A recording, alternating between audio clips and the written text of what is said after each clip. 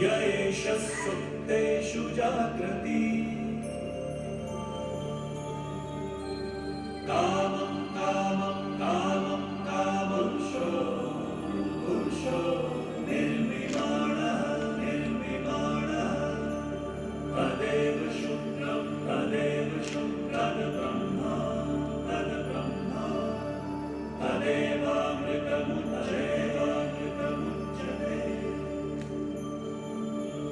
तस्मिन् लोकः तस्मिन् दोषः शतः सर्वे तदूनात्यपि कश्चन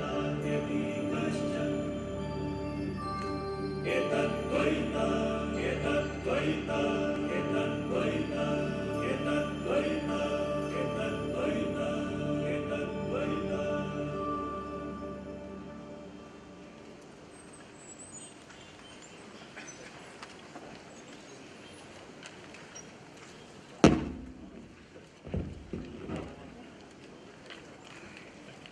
Respected faculty for the session, CA Pradeep ji Kapasi, other dignitaries on the dais, of the dais, seniors in the profession, and my dear friends, a very warm good evening to everyone. On behalf of the Direct Tax Committee, I welcome you all to the second day of this first ever DTRC at Ahmedabad. Today, apart from the learning that we are going to have from the two expert faculties, we also have a chance to interact with the office bearers of WIRC. So to start off with the first technical session, the subject of which is not only complex, but also there are many controversies, and that is taxation of real estate developers.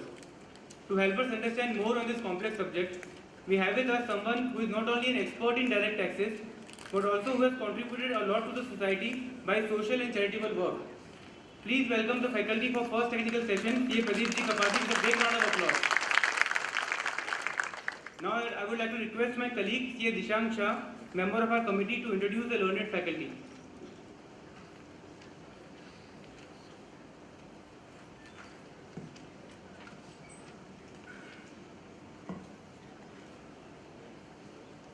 Good evening, everyone.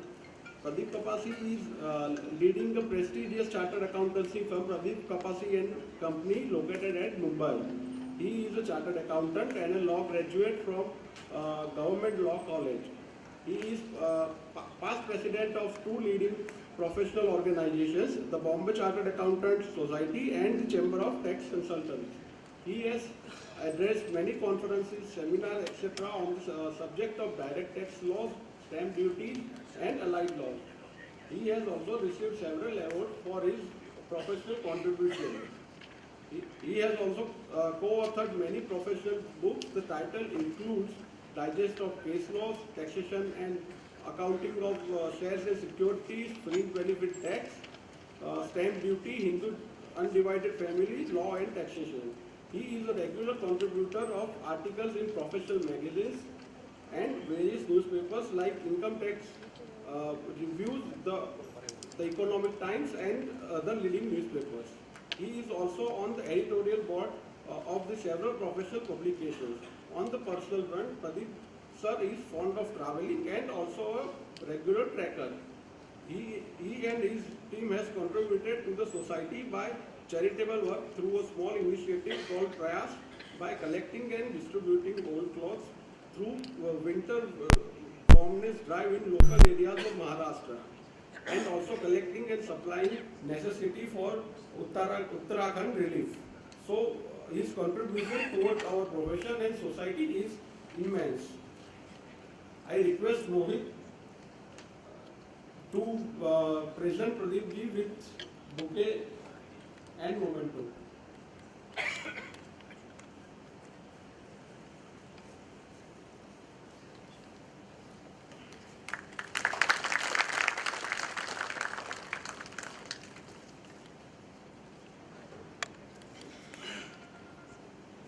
Pradeep sir, stage is forward.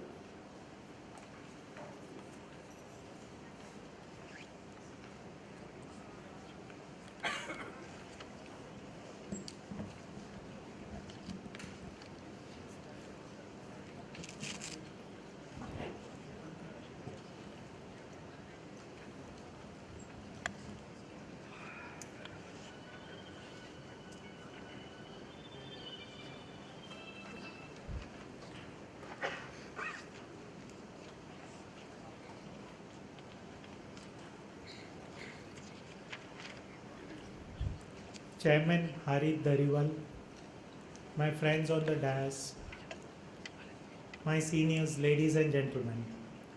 It's my pleasure as usual to visit this city and share some of my thoughts with you.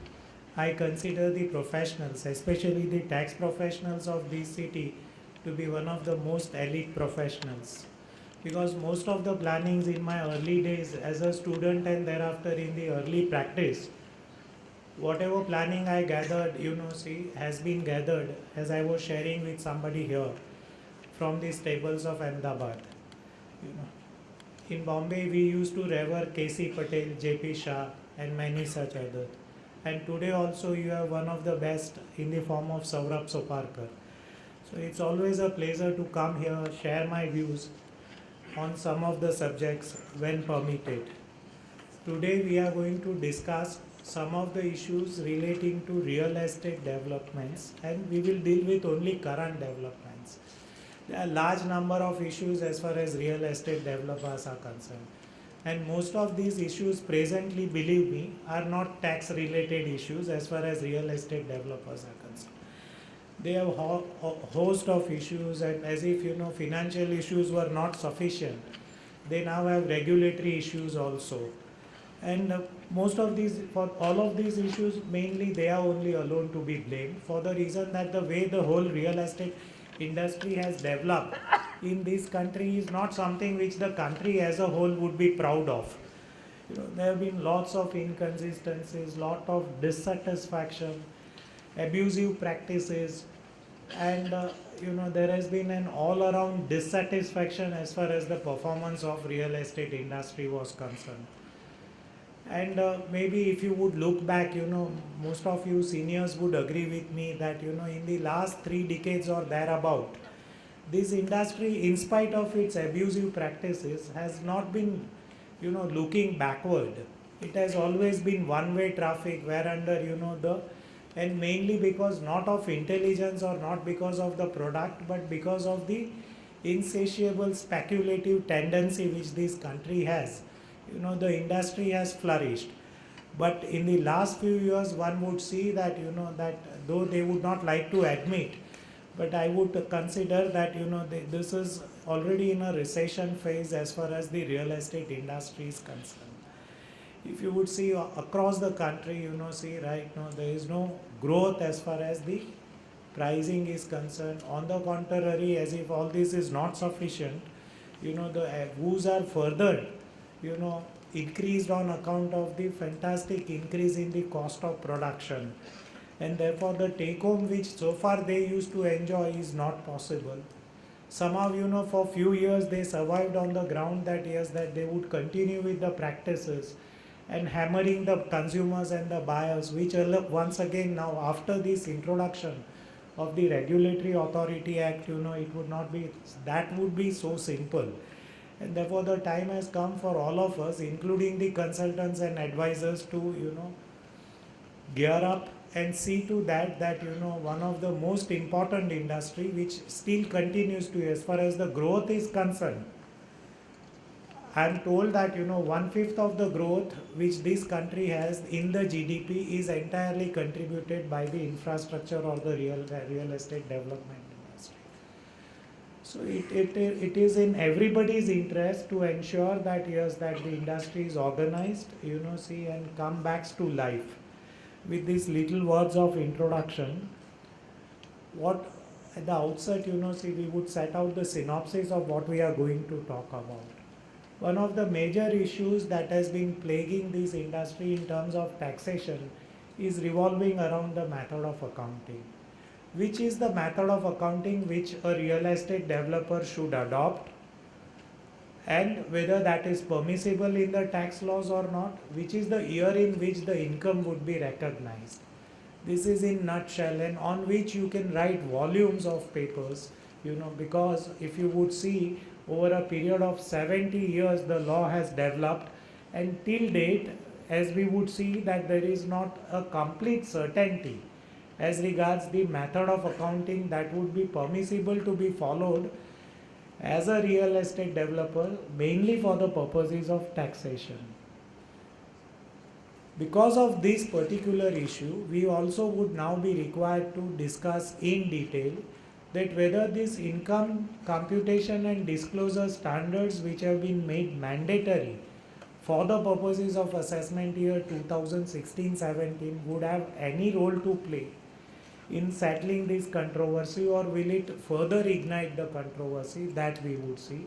And for that matter, once again, it would be necessary for us to understand the nuances of some of the ICDS in order to appreciate whether they would have any teeth to bite in respect of the problem which we have as regards the method of accounting. There is a major issue which has arisen on account of introduction of section 43CA in respect of the real estate developers. It is a provision which is a deeming fiction, which provides for measuring the value of the sale consideration on account of transfers which are effected by the real estate developers.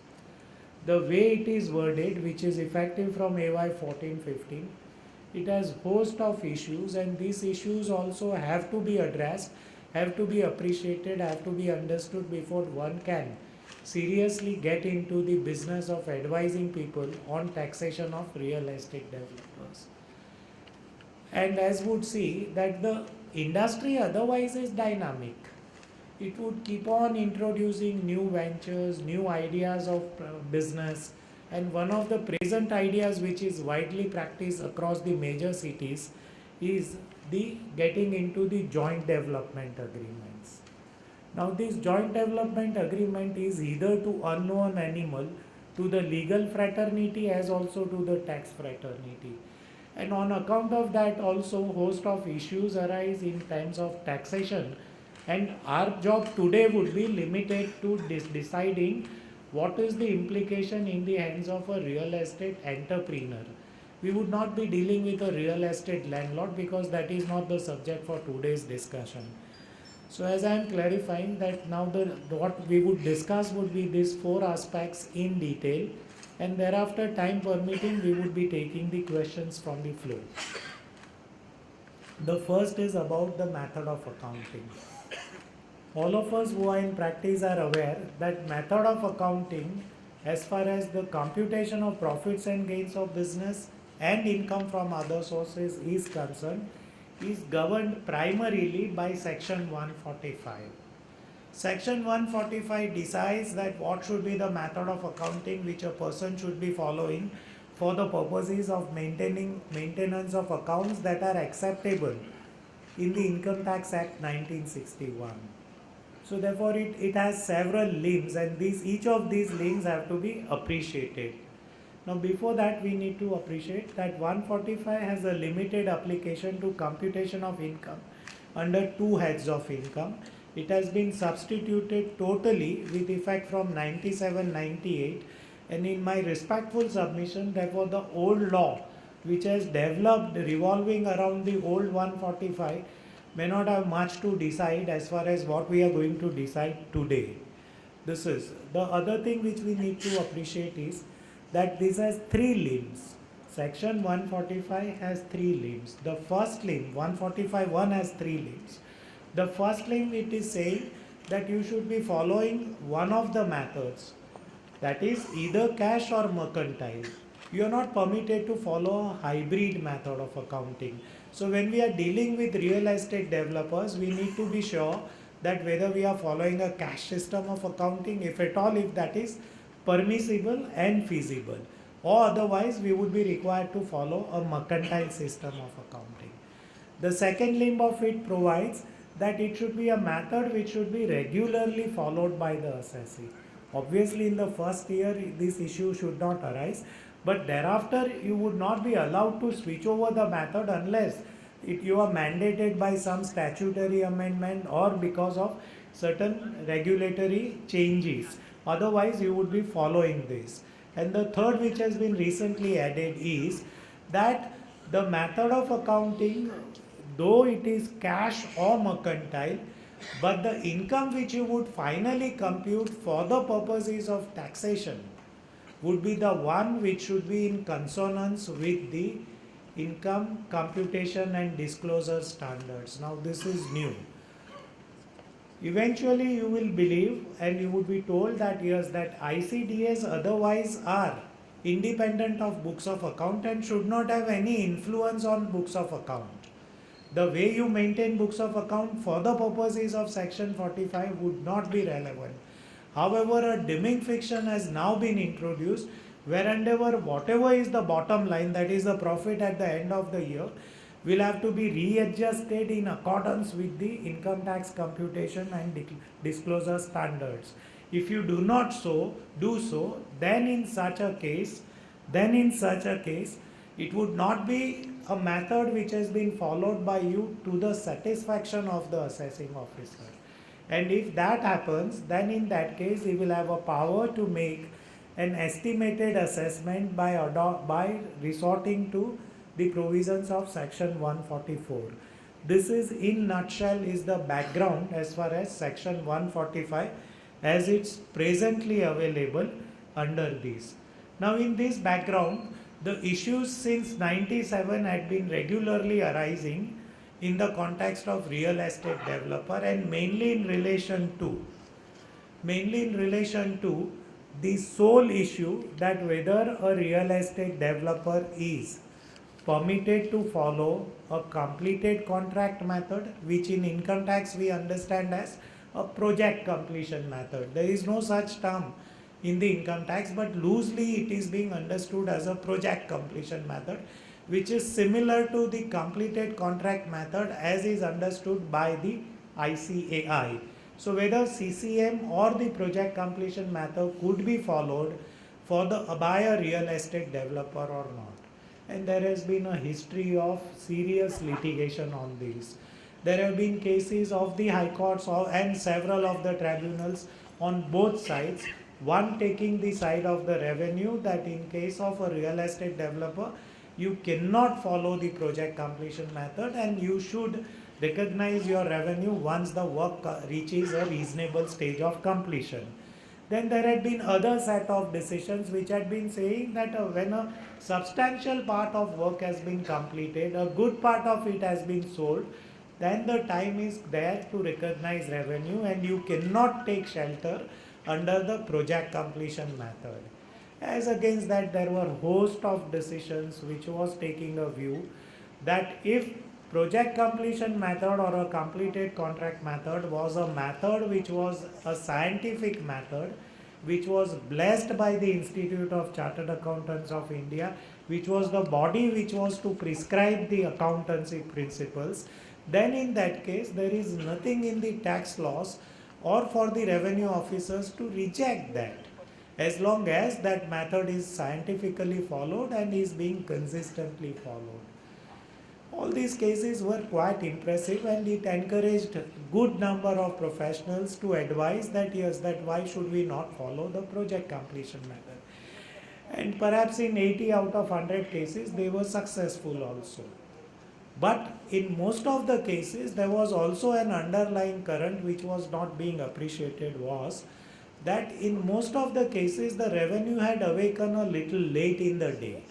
In the first few years, the revenue had accepted the following of the project completion method by the assessee, and in the later year, when the transactions became uncontrollable, then the revenue got up to say that now I would like to tax you on work in progress method or a percentage of completion method.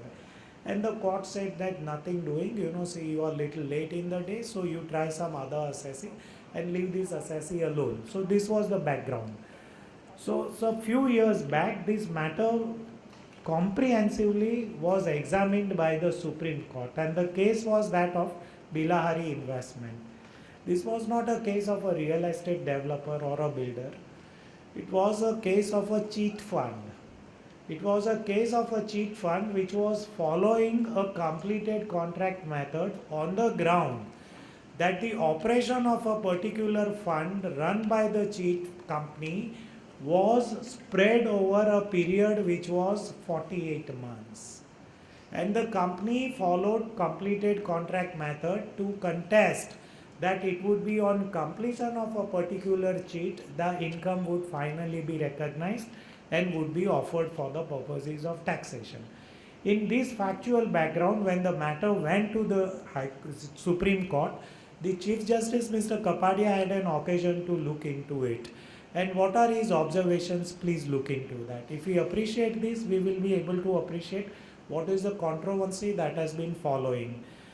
The first and the foremost conclusion which was made by him was that a completed contract method or a project completion method is an acceptable method in accountancy, and therefore it is acceptable in the tax laws also. The second important observation which he made is that you would be permitted to follow this method provided you establish as an assessee, a taxpayer, that the income is pertaining to a project which is spread over a period which is exceeding 12 months. Meaning thereby that the income, even if it is to be taxed, will have to be taxed in 2 years or more years. And when you produce such a situation, when the facts are substantiating such a situation, then in such case the time has come for an assessee to be permitted to follow this CCM or PCM method. It stated that what is the objective behind an assessment? An objective behind an assessment is to bring to tax the true income of any enterprise eventually, whether in 1 year or in so many years. Now, if that is not something which is defeated, and if the assessing officer is not in a position to demonstrate that yes, that by following a particular method, the assessee would not be paying taxes on a good part of income ever, meaning thereby that there would be a tax leakage.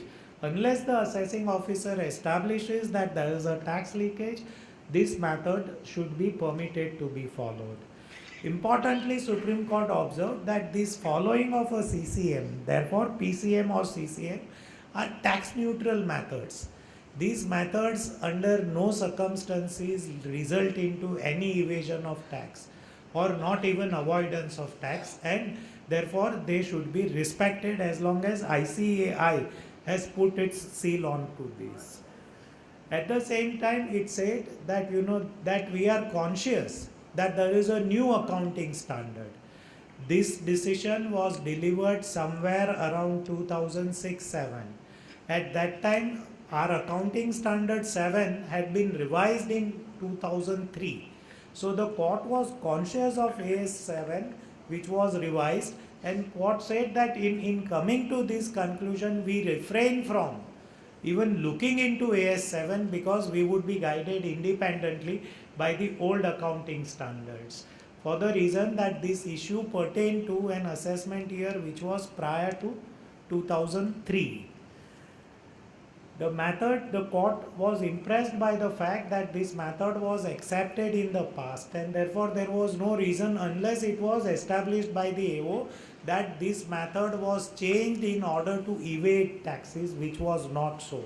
And coming into this substance, the court finally observed that yes, that independent of the new accounting standard, yes, that based on the present circumstances applying to the facts which were before them, they came to a conclusion that this was a permissible method.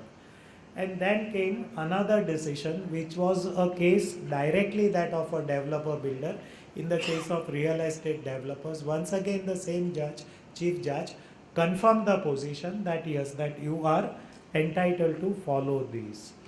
Having understood this, in order to appreciate today that to appreciate the discussion which is taking place, which is around method of accountancy, it would therefore be necessary that that to appreciate that Supreme Court has given a great deal of importance to what accountants do, what accountants feel, what are the accounting principles, what are the accounting standards, what are the guidance notes.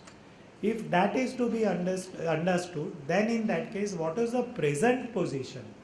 Post 2003, what is the present position? Now, before I take you to that, or let us take it first. Yeah.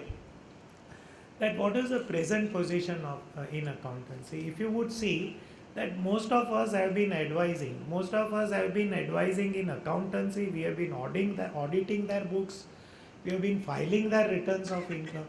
With absolute due respect to all of us here, including myself, is are we really looking deep into the subjects on the matters which we are advising? And that is what we need to appreciate, that how accountancy has developed. Not only the tax laws have developed, but the accountancy in last 13 years has developed in a tremendous manner in leaps and bounds. And therefore, what had been the traditional understanding of an accountant in respect of the transactions of real estate, in my opinion, would materially change and should surely change also on account of the introduction of ICDS also. So let's just very briefly understand this. Is that in 1983 or thereabout, an accounting standard 7 was introduced by the ICAI.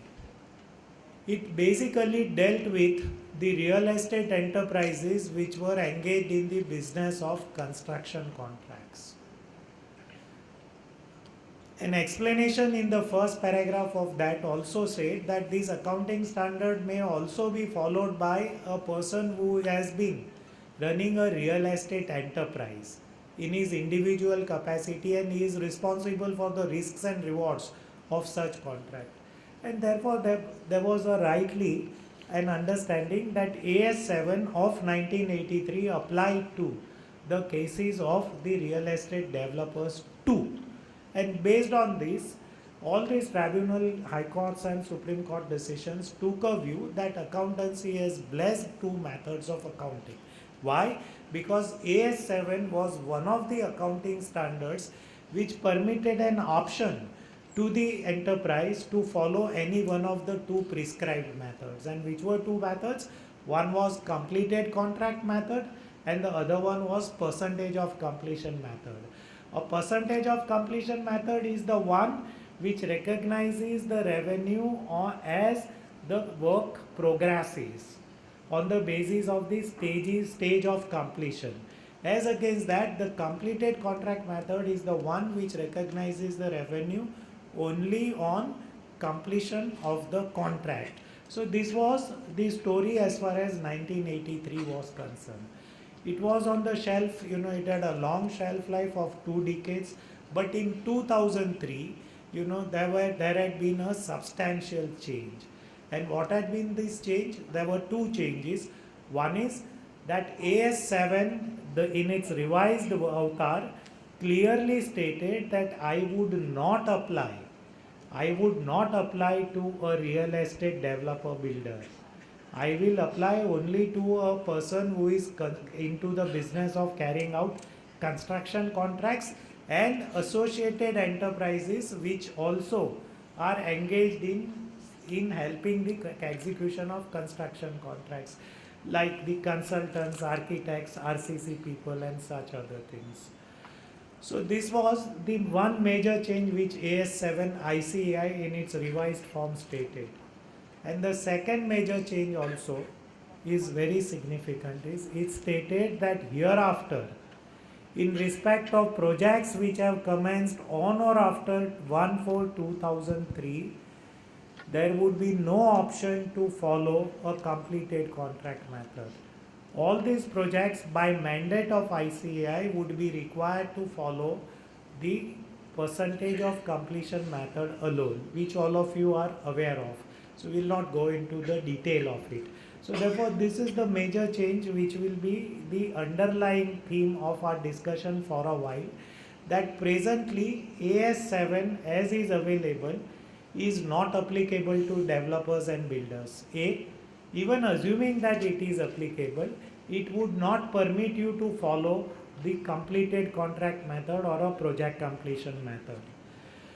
Now, so if AS7 was not to apply to the case of a developer builder, which was the accounting standard that was required to be followed by the developers builders?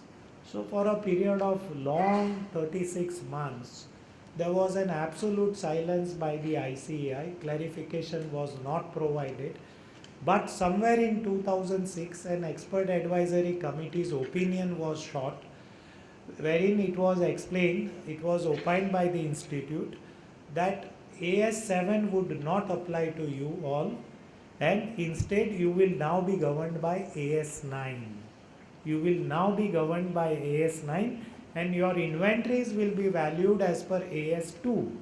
Now, there was a response to that stating that AS2 specifically provide that it does not apply to the inventory of the immobile properties. But ICAI in its EAC's opinion stated that to the extent possible one should apply AS9 and AS2, and particularly paragraphs 10 to 12 of AS9. This is what was the understanding. AS9 is something all of us are practicing on a daily basis, so we know that how a businessman who is in the business of producing, manufacturing, how his inventories are valued, and more importantly how revenues are recognized in his case. Simply stated that on passing of a property in the goods that are manufactured by the assessee, at that point of a time the time comes to recognize the revenue, and that is the time when you recognize the revenue. This is what was EAC's opinion. On these lines, an accounting standard interpretation and exposure draft was issued to explain that at what point of time property in goods could be said to have passed in the case of a real estate developer. Obviously, these issues are linked and it cannot be resolved overnight. So when one issue is addressed, there comes the another issue which also has to be addressed. So interpretation stated, which was in the draft form, exposure draft, stated that yes, that when the goods are produced and the possession is parted with, as would be happening in the manufactured goods, there would arise a time to recognize revenue. So one was happy that this was nothing but a backdoor project completion method which was acceptable by ICAI. This exposure draft, I believe, is not something which was acceptable to the Central Board of Direct Taxes, and there was lot of heartburn. And therefore this exposure draft did not see the light of the day, and therefore it had to be buried even before it was born. So then thereafter once again there was a silence for 6 years. There was a guidance note of 2006 which created more issues than it solved, and therefore there had always been a possibility that that whether one could go back to all those case laws, including the Supreme Court case laws, to just ignore the guidance note, and many of the persons were encouraged to just ignore it. Then came the guidance note of 2012, which is a very comprehensive handiwork of the ICAI, which has examined several aspects of this. Very beautiful concepts have been introduced with examples. Now it is institute has made two things clear. Please appreciate. It has for once told you that AS7 would not apply to begin with to real estate developers and builders. Second, it said that that you will have to follow accounting standard 9 only and paragraph 10 to 12 only. That is one. And the most crucial issue which was there in the exposure draft is in relation to the time at which the property could be said to have passed. This is the crucial issue, because it will be the deciding factor for determination of the year in which your profits would be taxable, isn't it, right?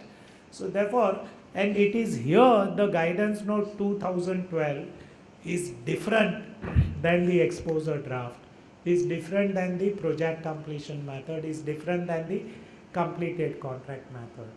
And what is it saying is, it is saying that when the developer is under an agreement, when developer is under an agreement which is enforceable in law, against him, then that is the time at which the risks and rewards, the effective control and management of that property could be deemed to have passed to the buyer of the property. And there was therefore an issue was raised before the institute that so what, that yes, when the property is yet under the manufacturing stage, the work is not yet completed, How could you deem it to have passed? The institute came with a reply that that is why we have introduced a deeming fiction. We are conscious that at that point of a time, property under the general law of sale of goods or the Transfer of Property Act would not pass. But under a fiction, once an enforceable right is created against the developer, then in that case, you would be recognizing the revenue. Obviously, the issues will galore. And another issue came that, look here, see, I have agreed to part with the property, but the work is not carried out, the cost is not defined, and therefore, how do I determine my profits? So then came a scientific reply that we agree that AS7 does not apply to you, but once an enforceable right has been created against you, thereafter you are required to go back to AS7. You go back to AS7 as if you are thereafter rendered in the position of a contractor. A builder developer who undertakes an activity as an enterprise for the risks and rewards is later on rendered into a position of a contractor. And so when once an enforceable right is created, thereafter if the production, that is the construction is not complete, possession is not parted with, you will recognize the revenue in stages. This is the bottom line of this discussion. Is you are now, as a builder developer who has agreed to sell some product, he will be required to recognize the revenue by following percentage of completion method on the basis of stage of completion of the work which is carried out. He will have to match the cost with the revenue which will be recognized. And so if he was to earn on sale of a particular premises, say 10 lakhs of rupees, and the construction took 3 years, and the booking had happened in the period 1, year 1, then in that case, these 10 lakhs of rupees, based on the work done, would be spread over a period of 3 years. Assuming that in the first year, 25% of the work only was done, he perhaps may not recognize the revenue. In the second year, 75% of the work was done, then he would recognize 75% of these 10 lakhs. And in the third year, when the work is completed, even though possession is not parted with, he would be recognizing the remaining 2.50 because his right to receive the entire consideration has been enforceable in law under an allotment which took place in the first year. So this is as far as the Institute of Chartered Accountants is concerned. As far as we accountants are concerned, this is what is our understanding, and it has got nothing to do with taxation. Nothing to do with taxation. As an auditor, I will ensure that this is how the guidance note of 2012 is applied in the case of maintenance of accounts by a real estate developers. Now, in this background, as it would so happen that even this 2012 guidance note was not something which was totally acceptable to the Central Board of Direct Taxes. And for some reason there is a tendency with the bureaucrats that they would like to have the final say in every matter, whether they are scientifically trained to be deciding such matters or not. But then that is what they wanted, and therefore they formulated the tax accounting standards. These tax accounting standards, there were about 14 of them. For some reason they did not see the light of the day, but 12 out of the 14 now have been rechristened to be named as income tax, income computation and disclosure standards, which now are made effective from assessment year 2016-17. Now, having discussed this part, that this is the Institute's view and this was the judicial view, in spite of 2012 guidance note, there had been a good deal of professional opinion stating that you are still permitted to follow the project completion method for taxation. For accounts and audit, you might do whatever institute says, but for otherwise you would permit it.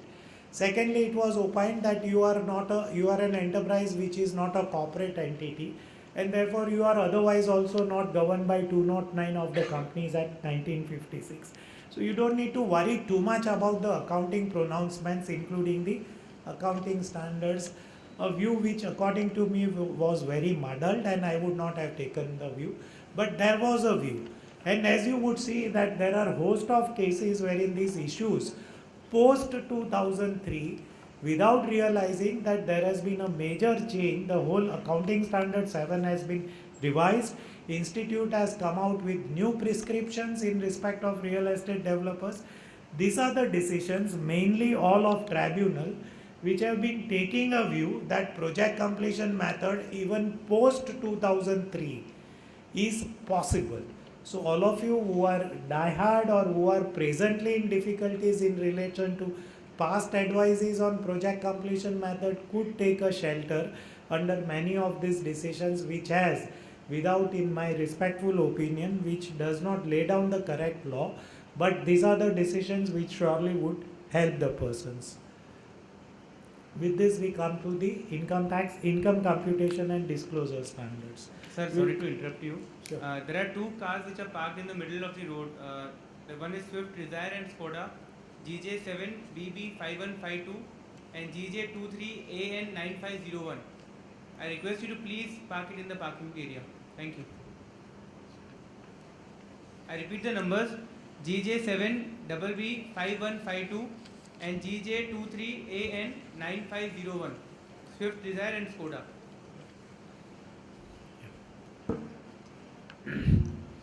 All of us are ready with ICDS for the reason that in filing this return of income, we are required to implement these ICDS, be that ICDS 1 or ICDS 12. So broadly we will understand what is the story about and then straight away jump to what is the subject of today. These ICDS are now published in the official gazette. They are made effective from assessment year 2016-17. They are applicable only to computation of profits and gains of business on profession and income from other sources. As I said that this is independent of books of account. You don't need to maintain your books of account for the purposes of accountancy by following ICDS.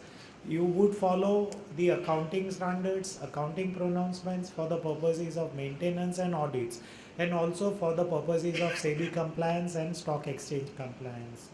But while you file the return of income, you will have to compute your income as per ICDS, and make no mistakes that if I am adventurous not to follow an ICDS in preference of to some other pronouncements, then I would be violating section 145 of the Income Tax Act.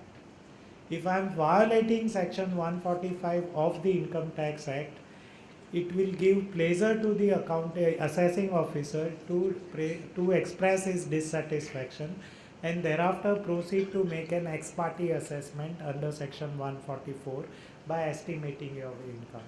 Make no mistakes, whichever is the view, unless you are in a position to show that this ICDS is not applicable to you, there would be a need to follow that strictly, because that is a statutory mandate. Let's keep that in mind. These ICDS consistently provide that in case there is an inconsistency between an ICDS and the provisions of Income Tax Act express provisions of Income Tax Act, then in such case the Income Tax Act would prevail. Now if your ICDS for an instance states that yes, that you should be following this method of accounting only, but if in the Income Tax Act, if you are allowed to follow yet another method of accounting, then in that case the provisions of the Act would prevail. If a particular expenditure is expressly allowed as a deduction in Income Tax Act, but ICDS says that you should not provide for this, I will allow you at a later date when it is actually incurred, then in such case the Income Tax Act would prevail. So we would keep that in mind. ICDS very expressly, without any shame, states that the whole purpose of introduction of ICDS is we don't want to give any choice, leave any options with the assessors. We want to eliminate choice. So no democracy. You cannot do what you want, you would do what the government wants. So, and be that it may be, I have no issues on that, but what we are here is to appreciate that there is a dictatorial mandate that yes, you need to follow ICDS, and that ICDS will not give you any options. It will not give you any options in methods in respect of years as well. And further it says that assessees have been seen to be following several methods which are inconsistent with the objective of the Income Tax Act. As if the guy who shot this ICDS knew that what is the objective of Income Tax Act. After so many years of practice, all of us have not understood that what exactly is the objective of income tax. In simple words, it's collecting revenue for the purposes of running this country, and beyond that what other objective could be that. But it says that if it is inconsistent with the objects and methods which are desired by the Income Tax Act, then ICDS will kill those methods. That is. Then importantly, this would arise in almost all cases of businessmen wherein some sensible method is being followed. That this ICDS is providing, and this is not only restricted to what we are discussing, but it is general across the board, is that you are required to recognize the backlog. As an accountant, what we call is that if you are changing a method from one method to the new method, then you need to change it from the year one from which you had adopted the old method. And whatever is the difference that arises, that is known as a backlog. And that backlog has to be recognized in this year under the Income Tax Act. This might result into losses, this might result into profits, but not pertaining to assessment year 16-17, but by virtue of a fiction of ICDS, it would become an income or loss of AY 16-17. So whenever you apply ICDS, you will have to also examine and see that whether in the past you have been following a method which was inconsistent with ICDS, then in that case you would be required to rework the profits of the earlier years, and whatever is the difference resulting on account of that you will have to recognize in this. I was wrong when I said that that 12 out of 14 standards have been accepted. It is 10 out of 14 tax accounting standards have been accepted. Sorry for that. And there had been a recommendation that the body which was formed, the committee which was formed for the purposes of drafting and incorporating this ICDS in the income tax, they had suggested that that in respect of the projects like build, operate and transfer or PPP infrastructure projects, the present ICDs were found to be lacking. And therefore, there was a recommendation to the board and also to the legislature to come out with a different ICDS for determining the profits of these projects, which has yet not come. This also is an important thing we will keep in mind. Now, for our discussion relating to real estate, there are two ICDS only are relevant, and they are to an extent overlapping. So it should not be very difficult for us to understand and give some time to appreciate what it is saying. One is ICDS 3. 3 is dealing with construction contracts. If all ICDS you would see, the primary function of all these ICDS would be to determine what is the quantum of income of an enterprise, and secondly, at what time it should be offered for the purposes of taxation. This is a thread which runs through all ICDS, all 10 ICDS. Its primary job is to measure the revenue, measure the income for taxation, and decide the year of taxation. If these two things, if we appreciate, the rest of the things in understanding ICDS would be far simpler. It's not a monster. It's also not a monster which is going to increase your income and bring it to taxation. To my mind, if it is practiced in the right perspective with the right mindset, it has only, its effect is only to determine the year of taxation. Your revenue would not be less than what it was under the ordinary method of accounting.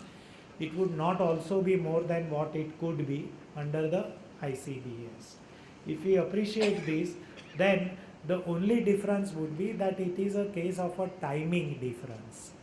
That you wish to offer an income in a particular year. You wish to provide for losses in this year itself. You want to account for expenditure or a provision in this year itself.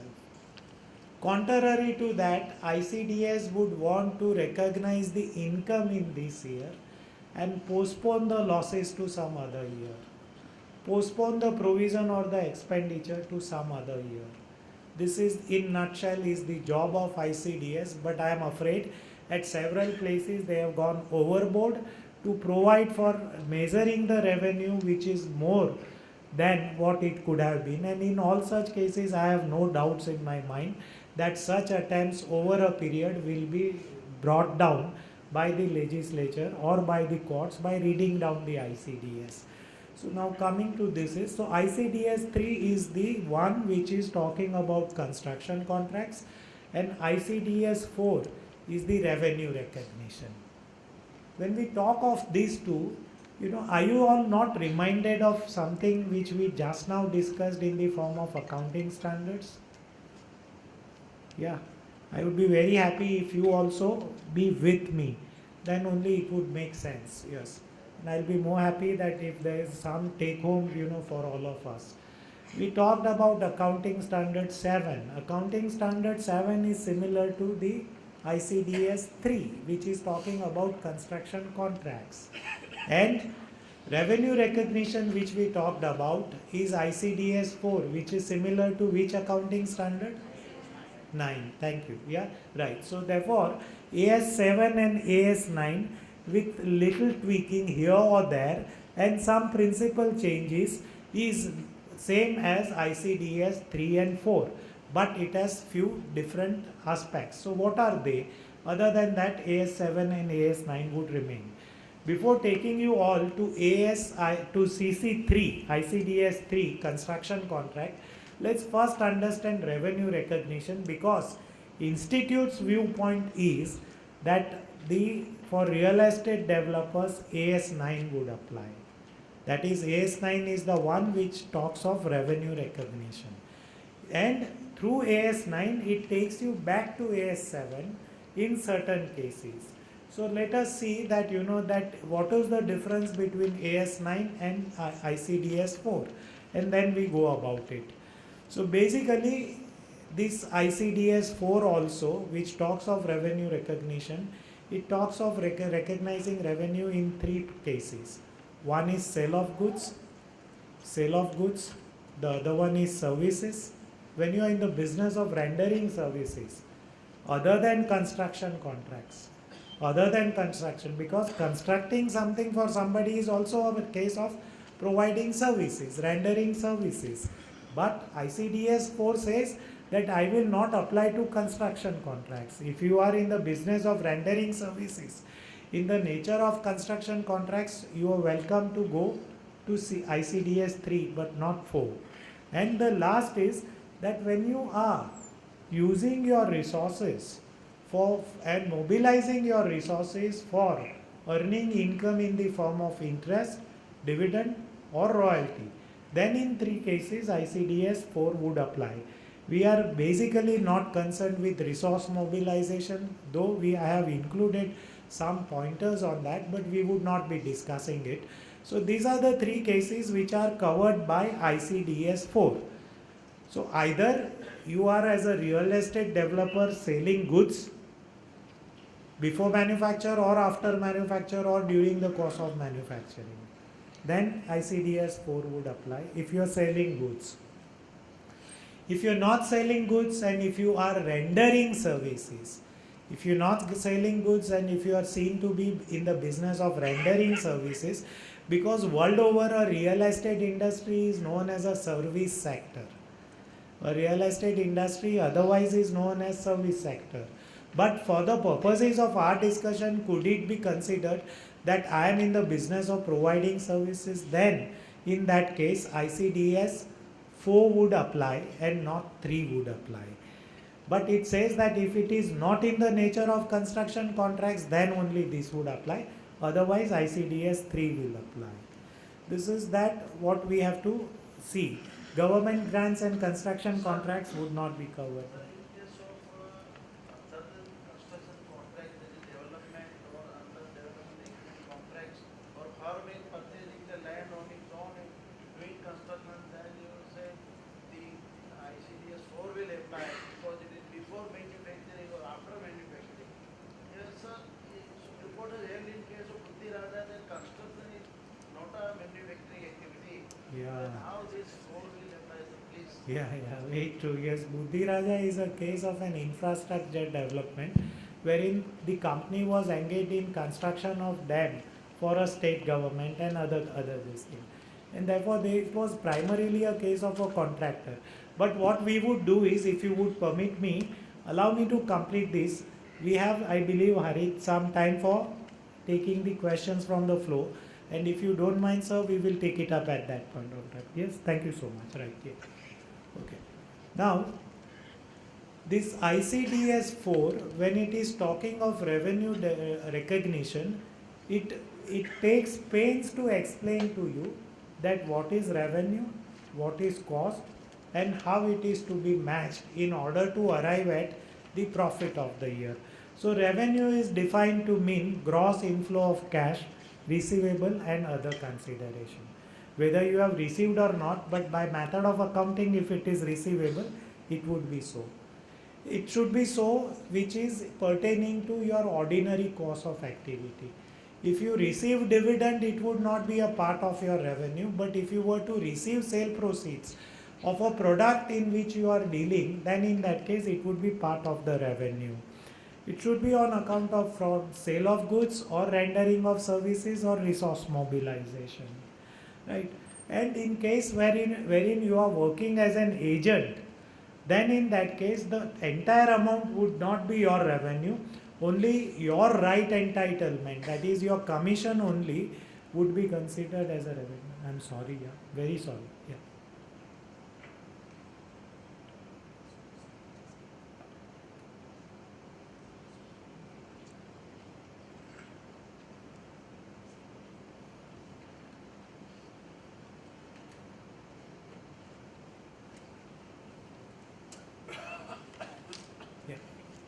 So this is that what would revenue generally, revenue is the gross line, the top line, and therefore this is what it would include.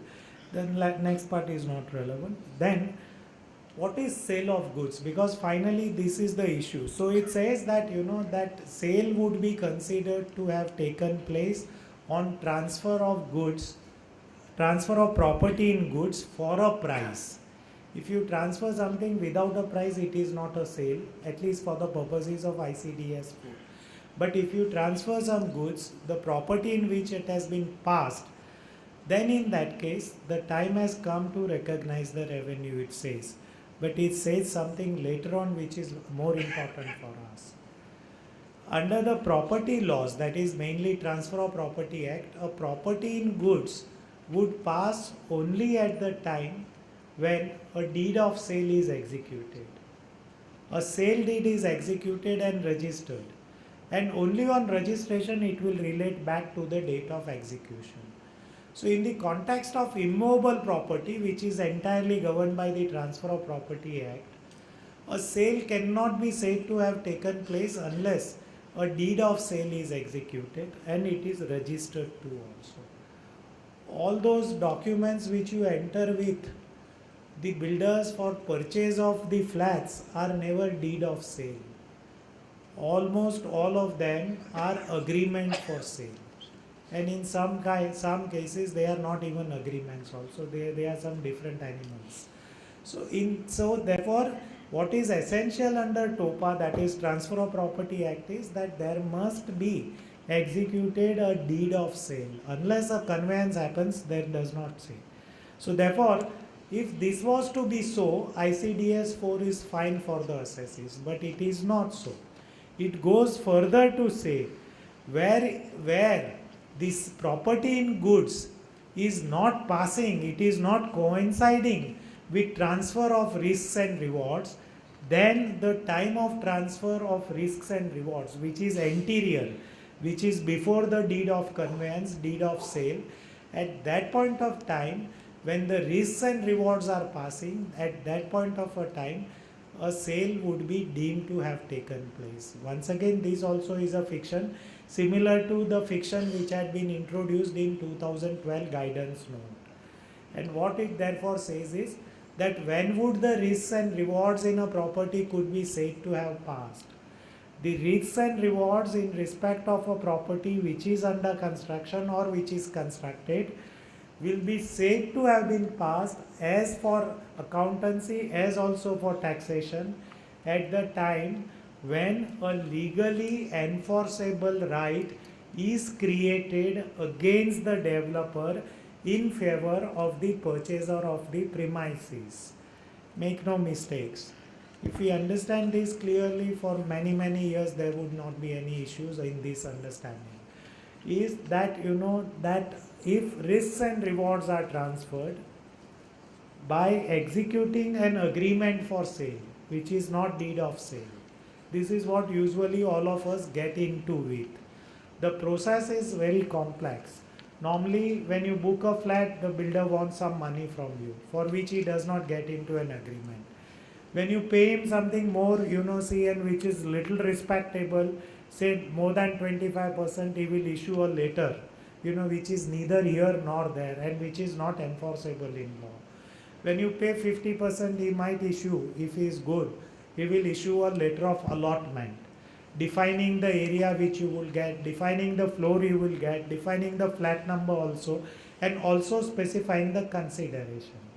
Now with this kind of a letter, I would take it that there arises a enforceable right in favor of the buyer. It is at this point of time it could be said that risks and rewards of the development have been transferred in favor of the buyer. And then what happens? Something beautiful. And thereafter the work is remaining to be carried out. Then whatever would be carried out as the contractor by the developer for and on behalf of the buyer. And by virtue of that, a builder developer who is otherwise an entrepreneur, that this entrepreneur is reduced to the capacity of a contractor. And by virtue of this roundabout system, you would now be thrown back to AS7 or ICDS 3. And the same story is continued in ICDS 4. By following AS9 and guidance note of 2012, it is now stated in ICDS 4 that if ICDS 4 were to apply to a case of a real estate developer, then in such case, if the flat is yet under construction, for the purposes of measuring your revenue, timing your revenue, you will go to ICDS 3. And that is why we have singled out these two ICDS for the purposes of our discussion. So what it says is, there are similar to paragraphs 10 to 12 of AS9, three conditions are there. Property in goods should pass, A. The second is that there must be a reasonable certainty of recovery of the sale proceeds. And the third is that the revenue must be measurable. Now what ICDS 4 has done is, it has accepted two conditions. A, that that there must be a reasonable certainty of recovery and the property in goods should have passed, or risks and rewards should have passed, effective control and management should have passed. But the third, which is equally important for AS9 and also for ICAI, is that the measurement of the revenue. If for some reason, if you are in a position to show that revenue is not measurable in this year, then in that case it will be postponed, recognition would be postponed. But ICDS, CBDT does not think so. Thus, in all cases wherein revenue is not measurable, some sensible attempt will have to be made To measure the revenue, it cannot be 102% precise, but even if it is 75% precise, it will have to be proceeded with and the revenue would have to be recognized. So measurement of revenue is no more a condition for attracting ICDS 4, is a major departure which otherwise is carried out from accounting standard 9. You are required to make certain disclosures in respect of whatever method you are following in defining the revenue for ICDS 4. And simple observation not specific to ICDS 4 is, where would you disclose this?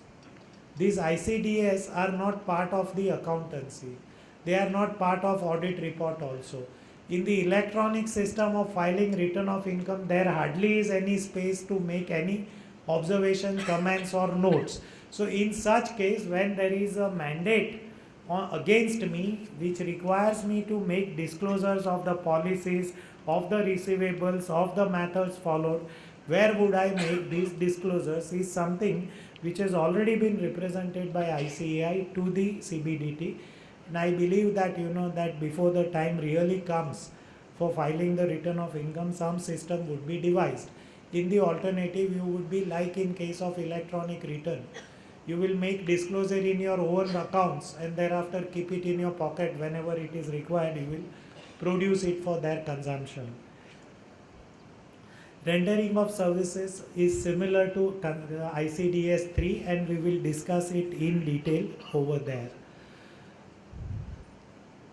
Resource mobilization, I have said that we are not discussing. Key issues also I have clubbed, otherwise also this. There are some material differences, several differences between AS9, ICDS 4 and the amended AS, which is now would be IND AS, in respect of that also. So what are those differences? See, we have tried to tabulate them.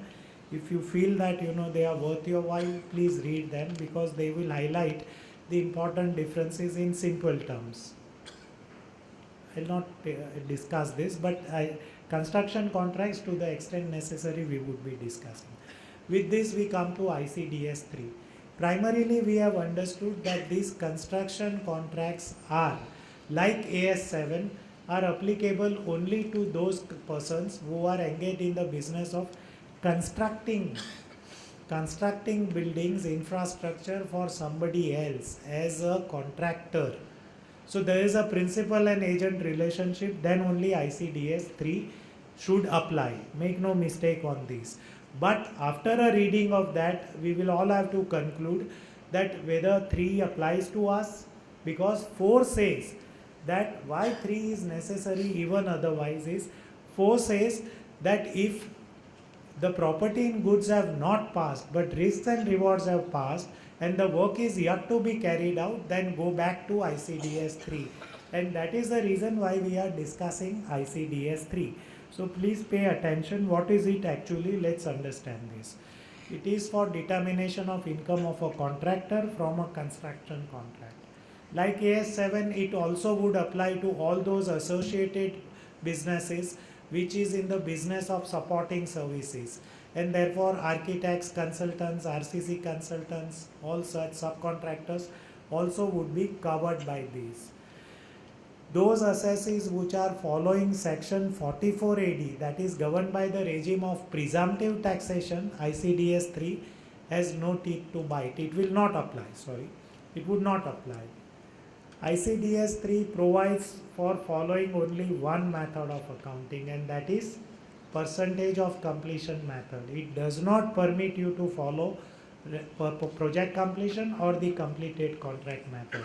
So once you get into the window of ICDS 3, the possibility of CCM or PC project completion is altogether ruled out. Don't even try that, But if you are through ICDS 4 coming here, you would be applying that. All those services which are covered by ICDS 4 are excluded from ICDS 3, naturally so. Like for these 3 also, first defines what is the construction cost, contract cost. It thereafter says what is the contract revenue. It thereafter says that how transitional provisions would apply. And thereafter it goes on to say that how to ascertain the profit. Let's understand this process because it would be important. So what it says is, what is a construction cost? You're assuming that it applies to developer builder. What is a construction cost? There is a material that is an understanding which is materially different than the concept of cost of accountant. So it says if there is a direct cost of a specific contract, then that would be covered, surely so. Institute also says. Then general cost, which is not specific to the contract but which is allocable to the contract, that also would be added to the cost of contract. Then there are certain costs which are specifically chargeable, which could not be direct cost of construction, but which is specifically chargeable to the contract, which is not cost of construction. Like you pay development premium, you purchase development rights, you acquire TDR from the market, then all such costs may not be construction cost. Even interest and such other things may not be construction cost, but these expenses, if they are specifically attributable to the carrying out of a contract, then in that case that also would be part of the cost. As regards borrowing cost, this is going to be the single most controversy which would arise otherwise also. Is there is ICDS 9 which is similar to AS 16, which provides for treatment of the borrowing cost. Borrowing cost is mainly finance charges including interest. And then in such case, ICDS 3 says that if there is allocable borrowing cost, which could be easily allocable to the contract, then it will also be added to the cost of construction. That would be cost of contract. And this cost will be reduced by certain income.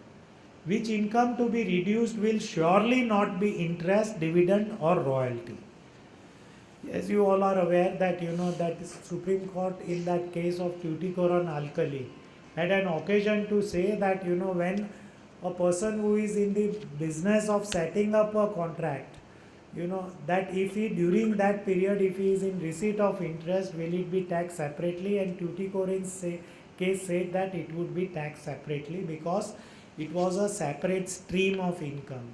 Thereafter then came this Mary Bong's case, then came Bokaro Steel's case, wherein Supreme Court stated that if rent and other income is received from the contract by a contractor, then in that case, if it is received during the construction period, instead of it being taxed, it will go to reduce the cost of construction. Sound accountancy principles always canvassed by the institute. But now ICDS 3 very clearly states that interest will not go on to reduce the cost of construction. Dividend will not go on to reduce, royalty will not go on to reduce. They would be taxed, therefore I would believe taxed independently, separately, as separate stream of income, even though the interest which you receive has a direct nexus to the construction money which you have received, which you have employed for the time being in bank account, pending the utilization of it for the purposes of construction.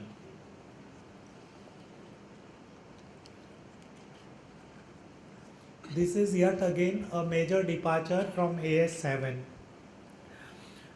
But this would also mean that any other stream of income like rent and other things, if that has been received by the contractor during the construction period, will go on to reduce the construction cost instead of being taxed separately.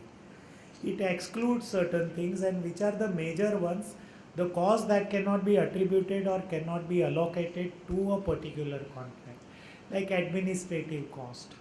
It cannot be attributed to a particular project, and therefore they would be independently considered as administration cost. Cost that is relating to future activity.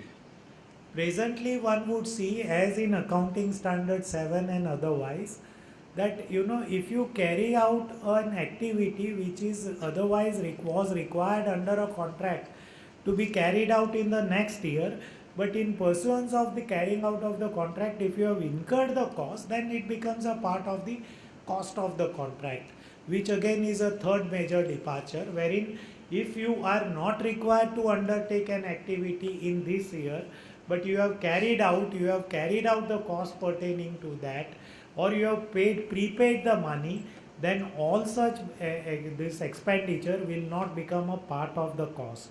And what would be the bottom line of it is, it will not be allowed as a deduction for the purposes of matching with revenue. Advances which you have given to subcontractors also, be a part of your system of accounting, would not be constituting the part of the cost of contract. And each contract would be considered as a separate contract for the purposes of ICDS 3. The revenue, what is it?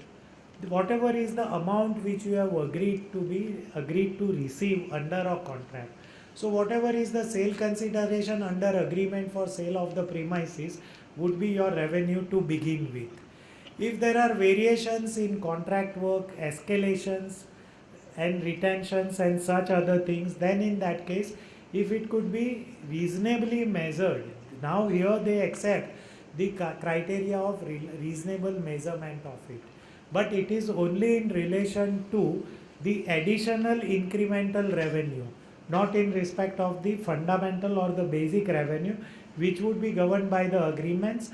But if you are otherwise entitled to receive say 5% on account of escalation in the cost of construction, that would be recognized only when it is reliably measurable, not otherwise. Then there are provisions relating to transitional provisions. Once again, so if all of you agree that yes, that the completed contract method which you are following is now by virtue of ICDS is required to be revised to percentage of completion method, and you have been following it for last 6 years, I am afraid that the time would come to recognize that revenue for those 6 years and offer it for the purposes of taxation in this year. This would be once again a single most heartburn in respect of those persons who have been following project completion method. The reason behind this is that ICDS 4 or 3 have become mandatory, for that matter all ICDS have become mandatory from assessment year 16-17. All of them together provide for recognizing the transitional allowances. Now transitional allowance is something wherein if you are following a different method, and on account of that if you have not recognized an expenditure or an income, you will have to do so in the assessment year 2016-17.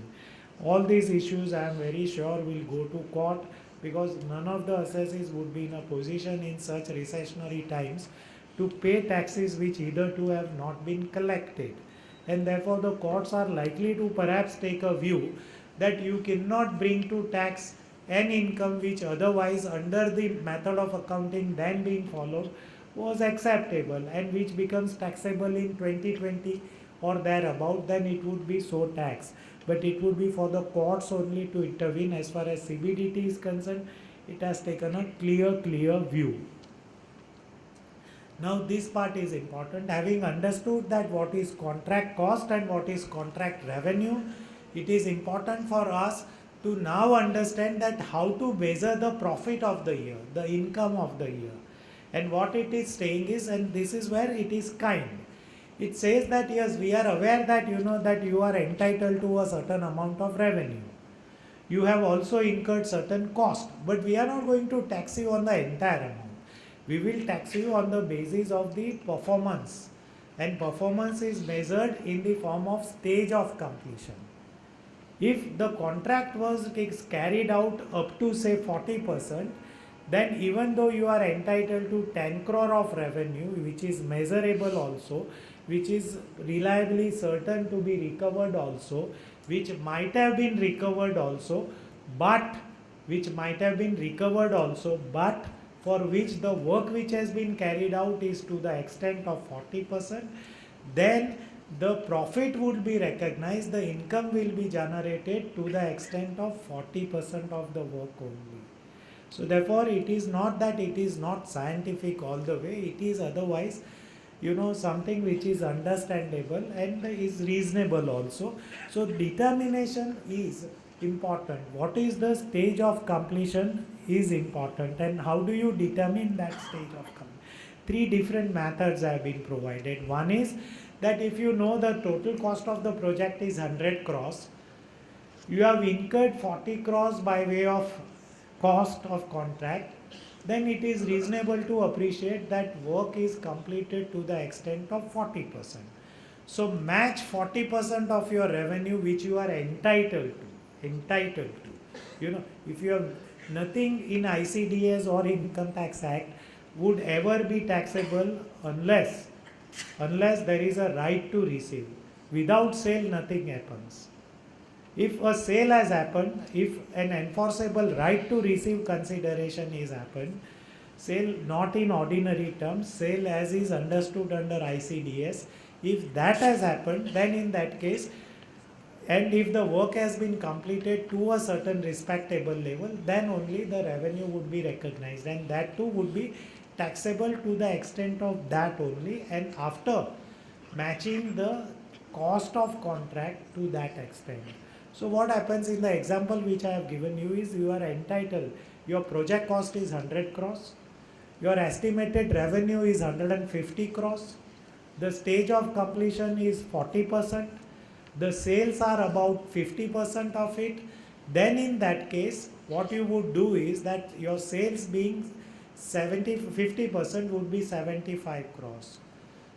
40% of 75 crores, whether you have realized or not, 40% of 75 crores would be considered as the revenue of the project. And 40% of the cost,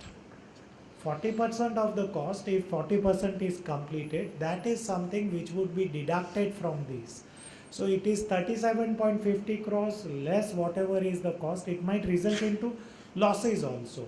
So if the cost is incurred to the extent of 40%, say it is 35 crores, then in that case you would be recognizing income to the extent of 2.5 crores. Not more than that, not in respect of the entire 75 crores. As the stages would pass, you would be recognizing the income. So in substance, this is the first method, that you find out what is the estimated cost and how much money you have spent on the cost so far. The other way is that you survey the work with the help of an official surveyor and find out to what stage it has gone. Sometimes what happens is that the stage of completion has nothing to do with the cost of construction. It might go haywire also. So in such cases, it might be advisable to be following the survey method, wherein you might be told that though you have presently spent 40% of the cost of construction, but the work which is carried out is just 22% because of cost escalation and such other thing. And in that case, you would be advised to, and you would be right also to recognize revenue to the extent of work done only. The third method is that you physically verify that if you were to construct 14 floors in a building and you have spent 50% of the cost, but what you have constructed is just about 2 floors, then in that case you can once again say that physically this is what is constructed and I would therefore recognize revenue only to that extent. All this is permissible, expressly permissible, and I am not saying, I don't think there is going to be any dispute. What is required is a scientific application of mind from our side in guiding the clients that these are 3 different ways, and one which is most beneficial to you, please take it up. So progress payments are not relevant. You might have paid progress payments to contractors. They are not relevant. You might have received also, but that also is not relevant. Actual work done is an actual right is the important thing. Then, as we have seen this, sorry. Oh. Is it stuck?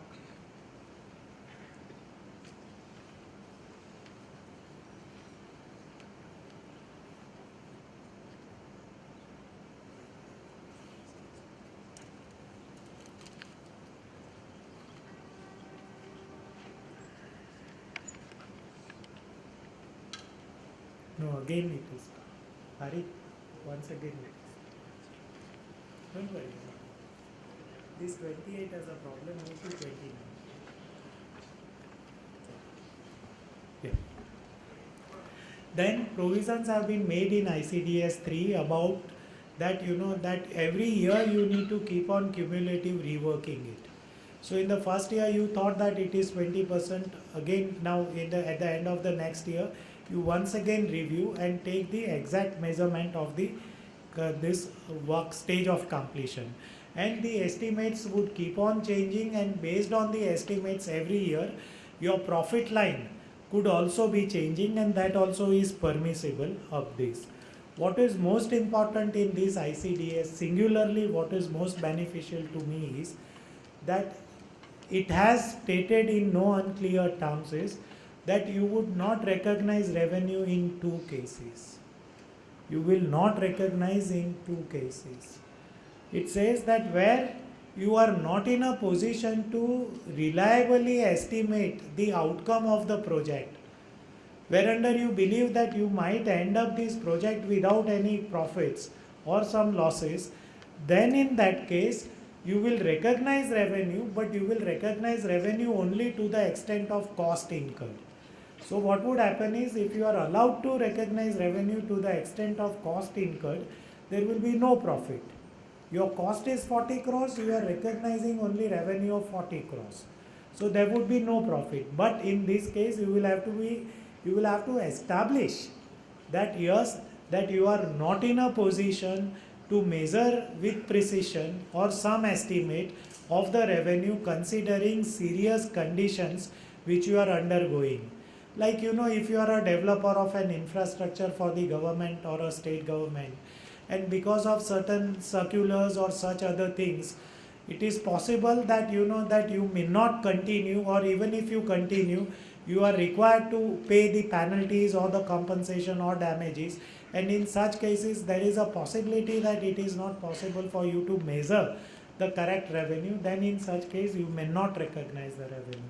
This is one good thing. And second is also very good, which is generally beneficial to all developers, would be that you do not recognize revenue when the work is not completed up to 25% of your total work. Now this is a major relief. Mind you, even accounting standard 7 does not permit this benefit. It wants you to recognize revenue the moment you start working and moment there is a right of revenue.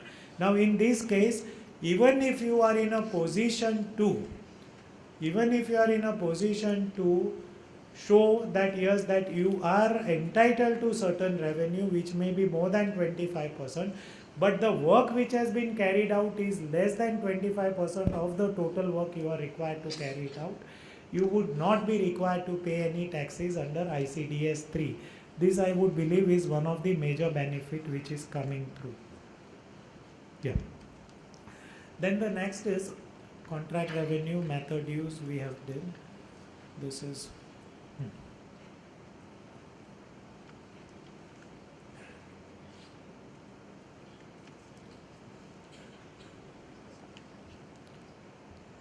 the other thing.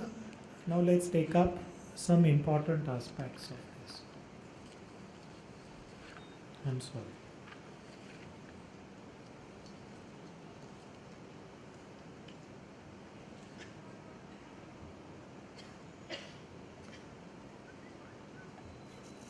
Sorry for this. Now let's take up the important issues and then we will move over to the next aspect.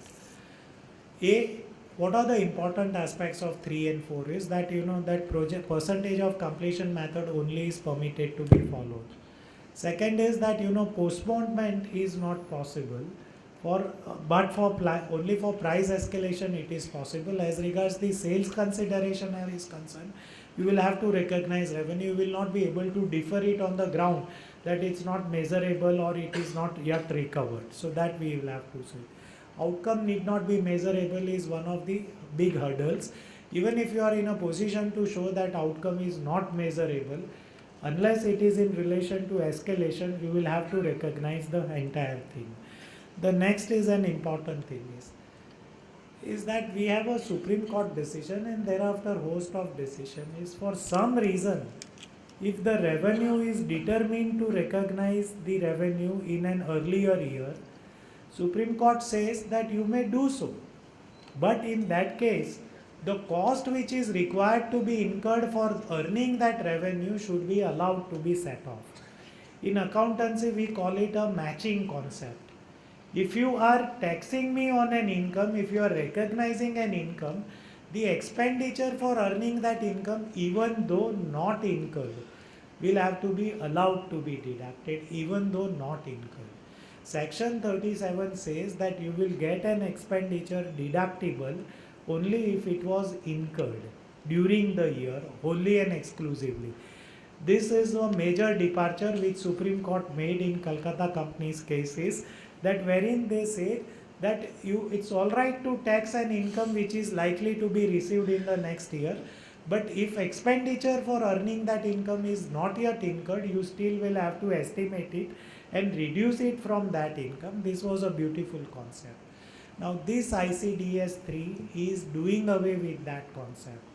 It says matching concept will not be permissible. So as per ICDS 3, if you have not incurred an expenditure which you were required to incur, but you are entitled to an income, then that income would be taxed. To me, it is absolutely unscientific. If you are bringing to tax an income, I have no problem, but allow me the expenditure which I am likely to incur. I may not have incurred, I may not be in possession of evidence, but I have evidence enough to show that I have to incur this expenditure in order to earn this income. Like if as a professional, if you are charging your client for the purposes of assessment, and you would say that I am going to bill you an X amount for that.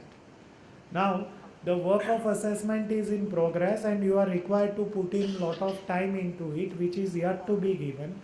Because you are under a contract, the assessing officer wants to tax that assessment service charges as your income, then the law presently is that it should be that whatever expenditure you would incur in providing the assessment service would be allowed as a deduction, which is now not sought to be done.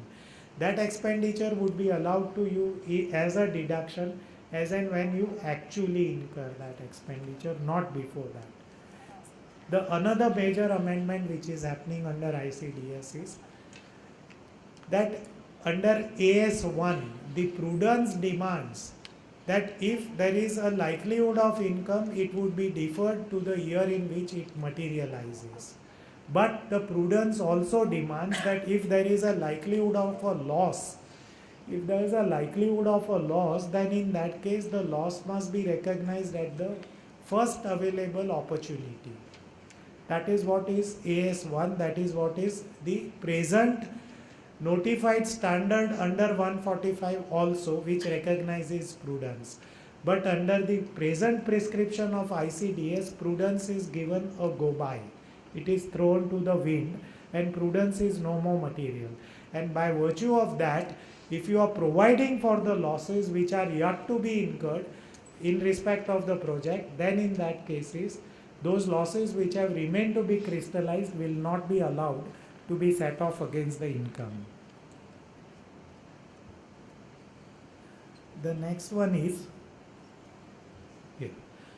recognition of retention money not to be deferred.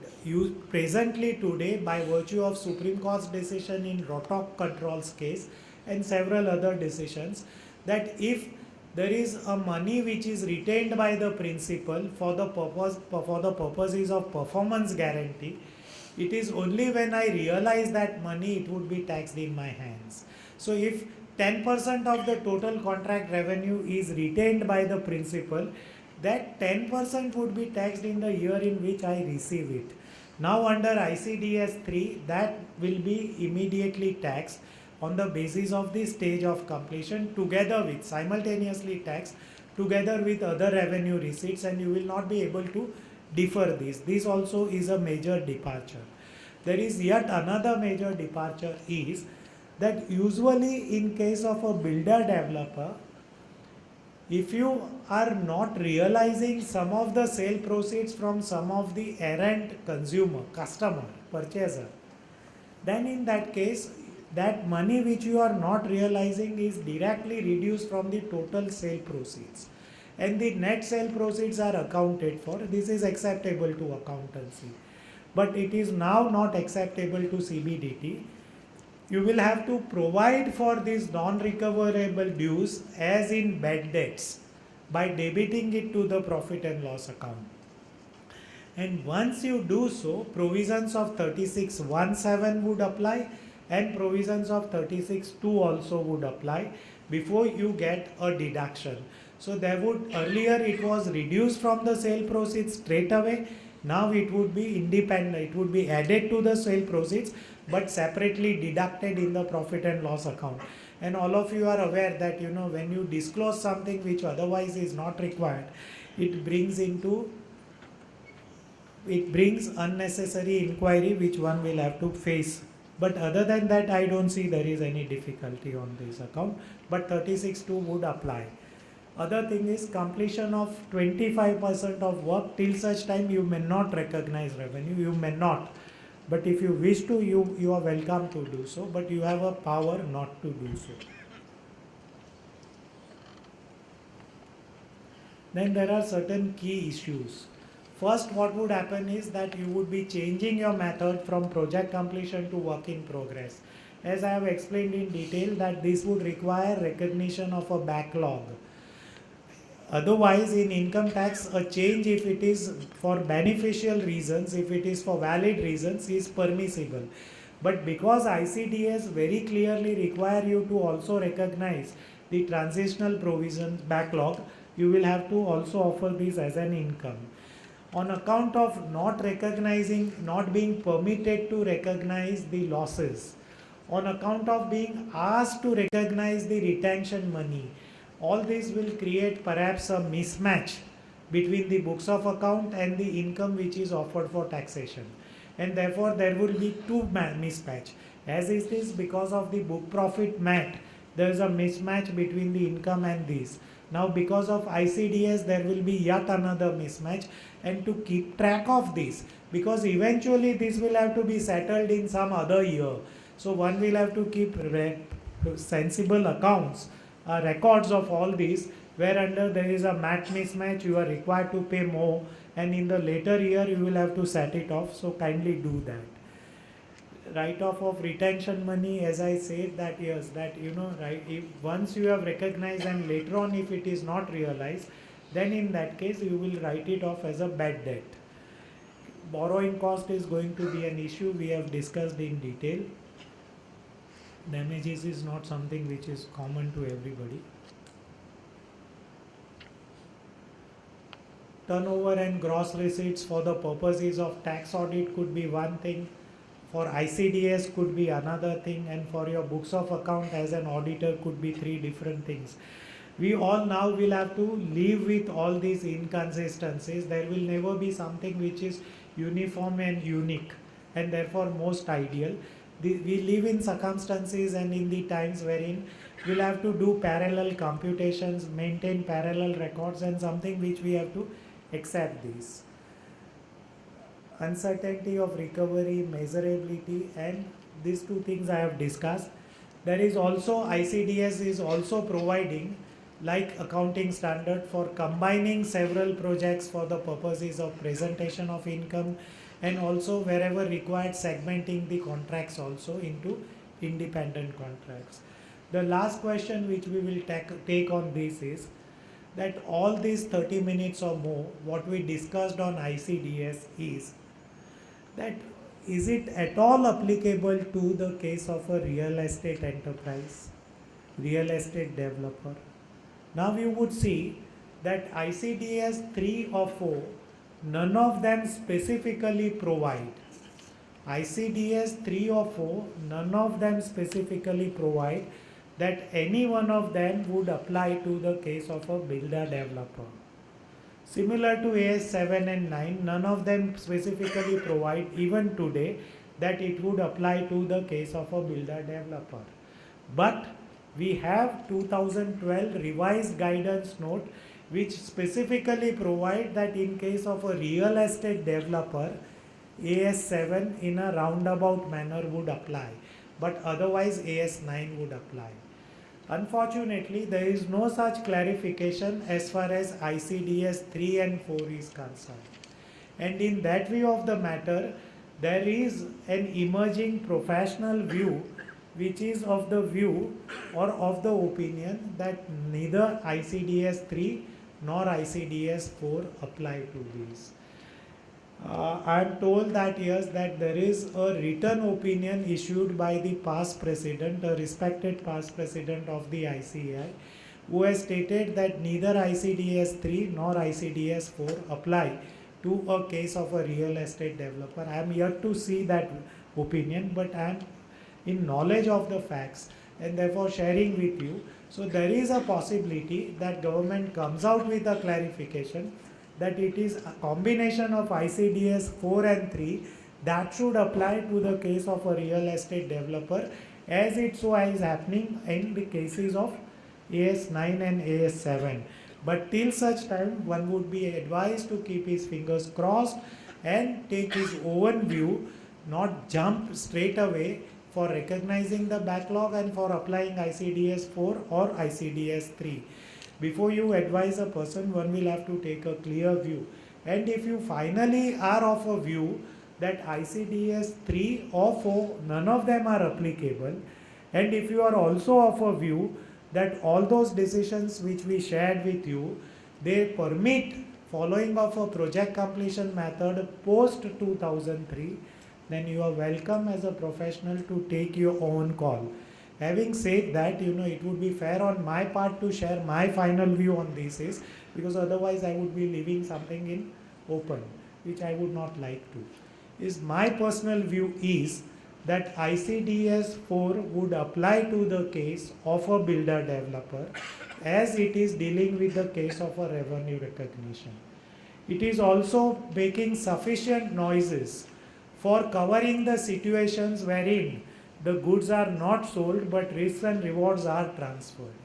It is also later on telling you that in all such cases how to measure the revenue, by telling you that you go to thereafter, once having entered into ICDS 4 building, thereafter you move over to the ICDS 3 building, and it thereafter guides you meticulously to measure your revenue on the basis of percentage of completion method. I consider ICDS 3 and 4 to be, other than those differences, to be verbatim same or replica at least of AS9 and AS7. And if that is the institute's view, then in such case one will have to follow ICDS 3 and 4. But assuming that you don't do, this is my view is, that assuming you don't do so, you are still governed by the mandate of ICAI to follow the 2012 revised guidance note prescription. And once you follow that, it provides for following the percentage of completion method only. And if once you follow the percentage of completion method, then in that case, as per the Supreme Court's direction, it would be the accountancy profession or its accounting pronouncement that should decide the method of accounting for section 145.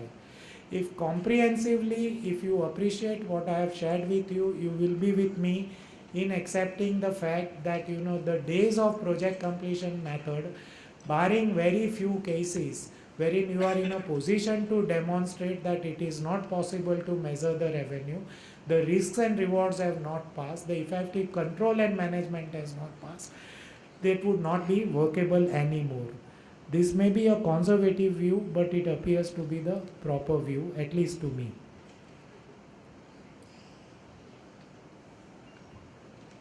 Yeah, this is a table which I have put, which with that we will straight away go to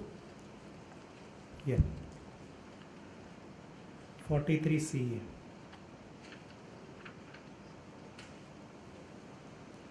Harit, can you help me?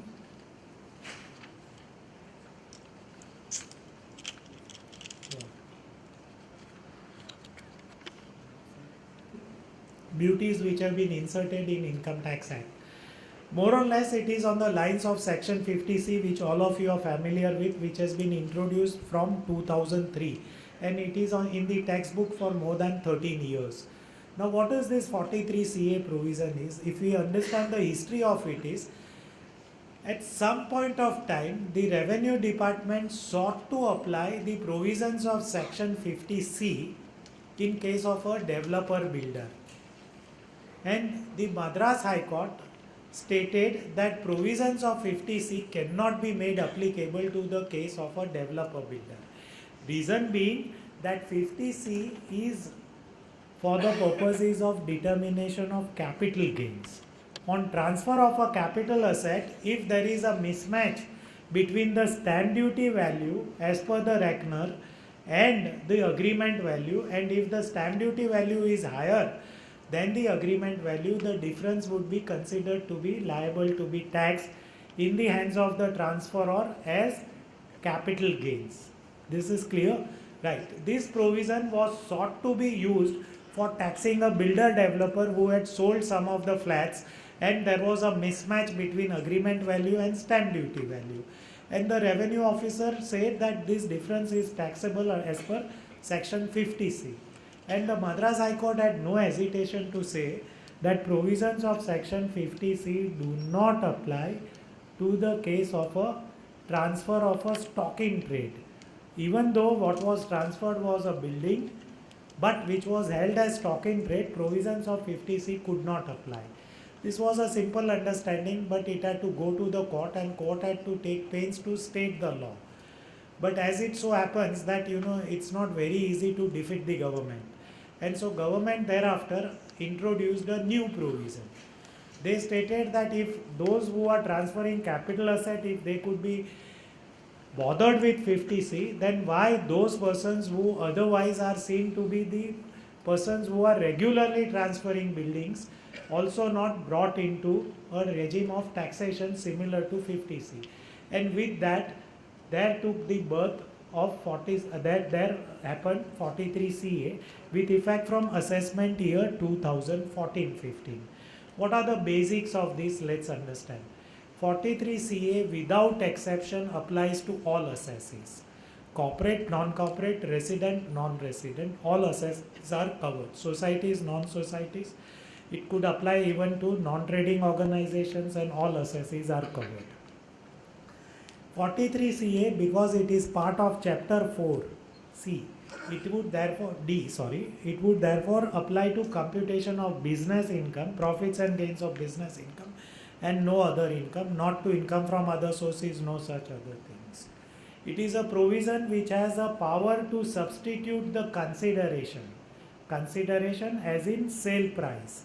Whatever is your sale price, if it could be substituted for the purposes of income tax. With what?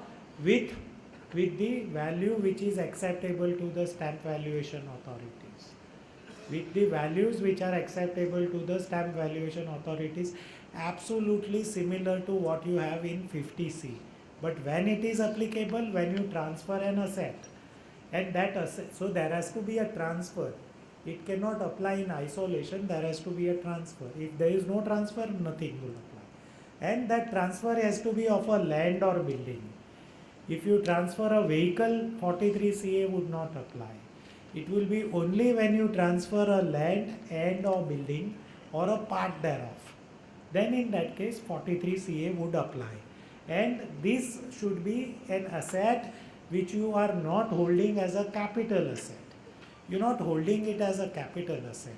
If you are holding an agricultural land which is a capital asset, if you are transferring it, then capital gains provisions apply. But if you are holding an agricultural land which is held as stock in trade, then 43CA, I am afraid, would apply to you.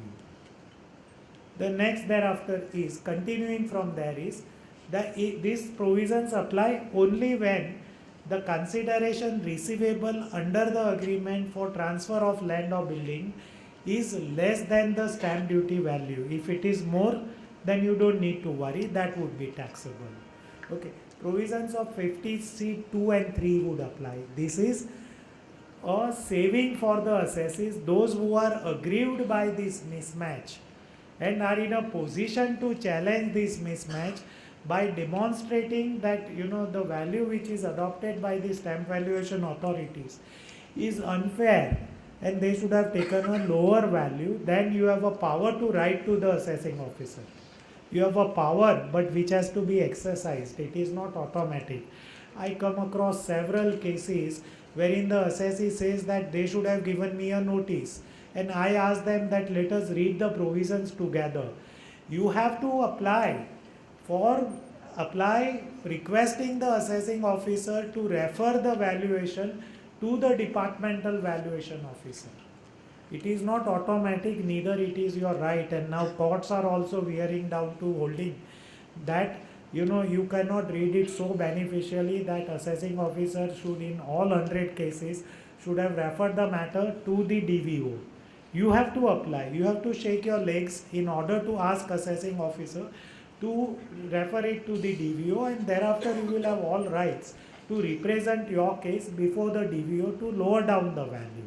And in the process, if you succeed to lower down the value, it will be the lowered value that you would be adopting for the purposes of assessment. So you have power under similar to 50C2 and 50C3 for the purposes of reducing the value by referring to the departmental valuation officer. There is a very beneficial provision which has been introduced in 43CA in the form of subsection 3 and 4. And realizing that this is something which was missing in 50C for a long period of about 13 years, that this year the government has also introduced similar provisions in 50C and also in 56 2B7. And what are these provisions? These provisions say that if you have executed an agreement in an earlier earlier year, and at that time the agreement value was an X, but when you registered the agreement in this year at a later period, and at that time the value of, as per the stamp duty officer, was 2X, then in such case, if you are in a position to establish that agreement was executed in an year 1, thereafter there has been an increase in the valuation. Because of that, I am required to pay higher stamp duty, and I have a proof that in the year in which agreement was executed, I had made a payment or a part payment which was made by a mode other than cash. Which was paid by a mode other than cash, that would be by check or in some other mode, and there is sufficient evidence in your possession, then in that case you are under 43CA, under 50C now, under 56 2B7 now, to take the value which was the stamp duty value prevailing in the year in which you executed the agreement. Am I clear, or should I give you an example? I think it's reasonably clear that if the value was 100 rupees in the year of agreement, it became 200 in the year of registration. You are allowed to take 100 rupees provided you had made 10 rupees payment, not necessarily 10 rupees, payment by check. A part payment should have been made, it could be 1 rupee also. But the value which will be adopted, I am afraid, would not be 100, which is the agreement value. Whatever was the stamp duty value in that year, if it was 150, that would be the value which will be considered for the purposes of taxation. So this, I believe, is a very beneficial provision. It has also certain issues revolving in its implementation. Now we'll take up the issues which will come in this. The first issue, and there are several of them, have some patience and let's study them. First issue is that 43CA is a monstrous provision. Monstrous in the sense that that we all are comfortable with a single point taxation. If you levy tax on me and if you say spare my brother, I am comfortable. But if you levy tax on me and you tax my brother on the same income, there is a problem. So what is happening in this case is 43CA is a peculiar situation, perhaps unique situation in the entire text of Income Tax Act, which is seeking to tax the same transaction in the hands of two different persons statutorily. There is a license to tax in this fashion. So and the courts also would not be able to do anything. What is happening is that as I said, that if you enter into a 100 rupees agreement and the stamp duty value happens to be 200 rupees, the government of India would tax the builder developer on 200 rupees. At the same time, when it comes to purchaser, 56(2)(b)(7) would provide, clause B, that in the hands of the purchaser, he is a person who has purchased it for an inadequate consideration. Where there is an inadequate consideration, and if it is not from a relative, then the difference is sought to be taxed as income from other sources, not as capital gains or such other thing. So once again, so what is happening is the builder developer is taxed at 34%, the income from other sources is being taxed in the hands of the purchaser at 34%, and the builder will not have a right to leverage that, eventually to set it off against something. But the purchaser at least will have a right to leverage that extra payment consideration in the year in which eventually, at all, if he decides to sell it after 10 years, 50 years, then he will get this as a deduction. So this is an absolutely unjust provision which seeks to tax the same difference in two hands at this, at a very, very obnoxious rates. That's one difficulty. And unfortunately, as one would see, is that, as I had been seeing, that 50C also, to my mind, when it came, I was considering that, income tax can never have such a provision. As a student of taxation, it was absolutely frustrating that how could you have such provision, where under, something which you have not received at all, how could it be taxed? You had 52(2) and such other things, and Supreme Court had knocked it down. But then when 56 came, that is first time in 1998, gift tax came. When gift tax was abolished, this tax on gift had come. At that time there was a fantastic opposition, and the finance minister had scrapped that provision before it saw the light of the day. But it didn't happen when once again 56(7) came. It didn't happen when 50C came. Nobody opposes. And 43CA also has been accepted as it has come. In fact, it is seeking to tax an income which is not an income at all. It is asking you to pay tax on a fictional income. It may be true that there could be several transactions. I am not saying, I am not ignorant. We respect what is happening and practically what is happening. But the thing is that it is government's problem. Government should have the mechanism, in order to plug those loopholes. Everything and anything which you administratively cannot enforce should not necessarily be handled through a legislation. That is what is a problem, and in the process what happens is, there are genuine cases. If you come to city of Mumbai, the stamp duty valuations are so higher in the entire suburbs that they are 20 to 25% higher than the actual value. Those who are buying flats in the suburbs are persons who are growing in life. They are persons who are borrowing funds in order to acquire premises. Now, even before they acquire the possession and enjoy the property for their family, there is this 56(2)(7) monster which will bring to tax an income which has never been earned by him, and it has arisen in his hands simply on account of the mismatch. There is a state government which has a fantastic greed, and in its greed to match its balance its budget, it keeps on increasing the valuation. So a rate which should have been 18,000 rupees, there is 22,500 rupees per square feet. So on 4,500 rupees, which is a fantastic appreciation of about 20%, I am asked to pay as a purchaser. At the same time, he is a builder and he is also asked to pay tax on it. Such provisions, if we take it in this form, and with this presumptive taxation increasing more and more, a time would come wherein it would be assumed that as a chartered accountant you should have earned 1 crore of rupees in this year, and you will have to pay 35 lakhs rupees by way of taxes. Government will not hear anything for you. And when you would say that this is unjust, then they would tell you that, look here gentlemen, for all these years you have been accepting these kind of presumptions. So therefore, you will have to stay with this also. There is lot of dictatorship in government. Whichever is the party, see this presumption, this is the way this is going on is that this is, I'm not saying politicians are doing it, but bureaucrats have a very specific stand. Something off the record, if I can tell you, is that what is happening is that so far, since the time I started practice, I was always told that if I make mistake, I should be careful, I should not be first making mistake. But if I make a mistake, see, that mistake will be addressed to by the Institute of Chartered Accountants of India. They will look into my inaction or action, omission or commission, and disciplinary committee would decide that whether did I really err or did I not err. And I was very comfortable with this.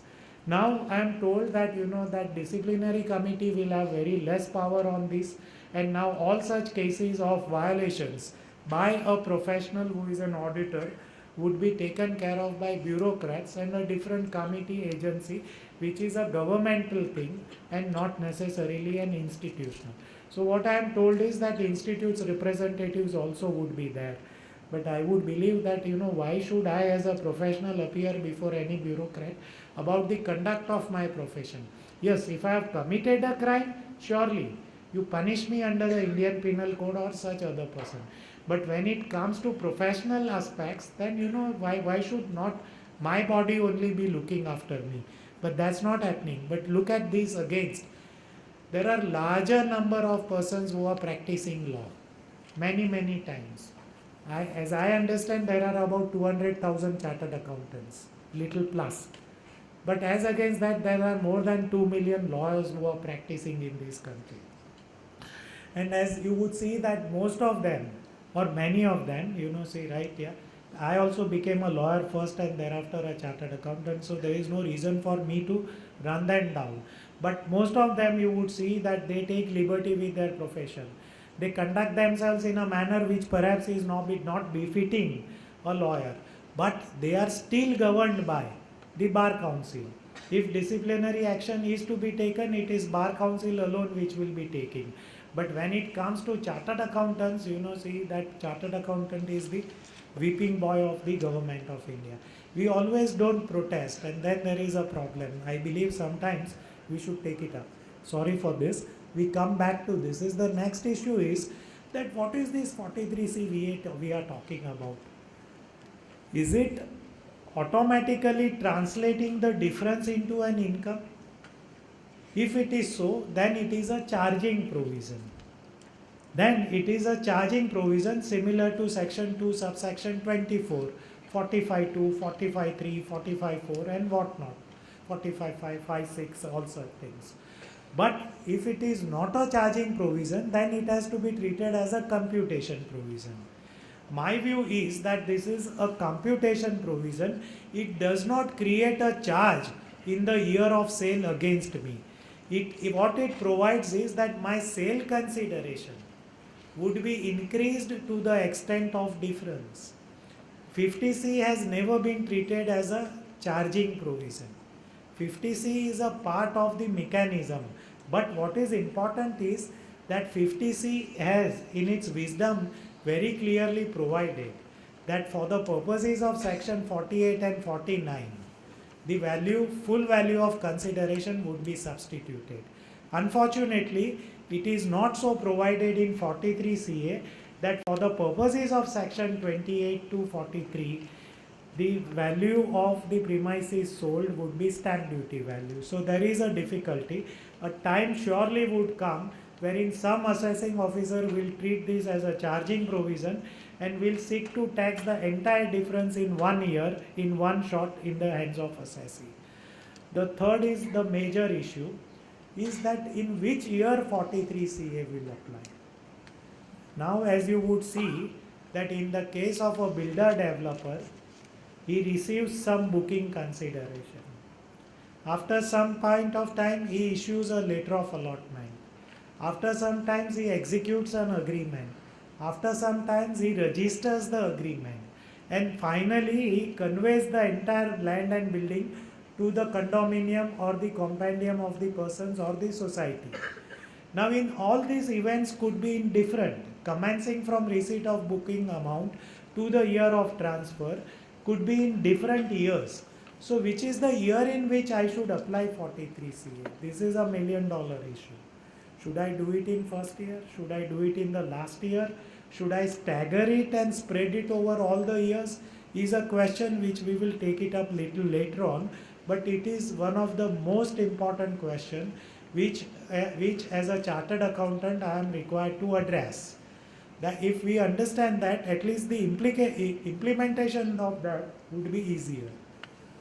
Next is that it requires that should have taken a transfer of land and building. So there must be a transfer. So what is this transfer we are talking about?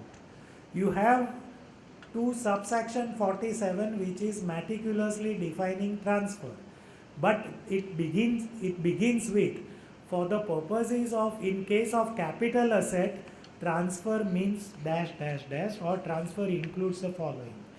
Now therefore there is no doubt in my mind that definition of transfer as is available is limited to transfer of a capital asset. What we are talking about is transfer of a stock in trade, and therefore 2 subsection 47 cannot apply.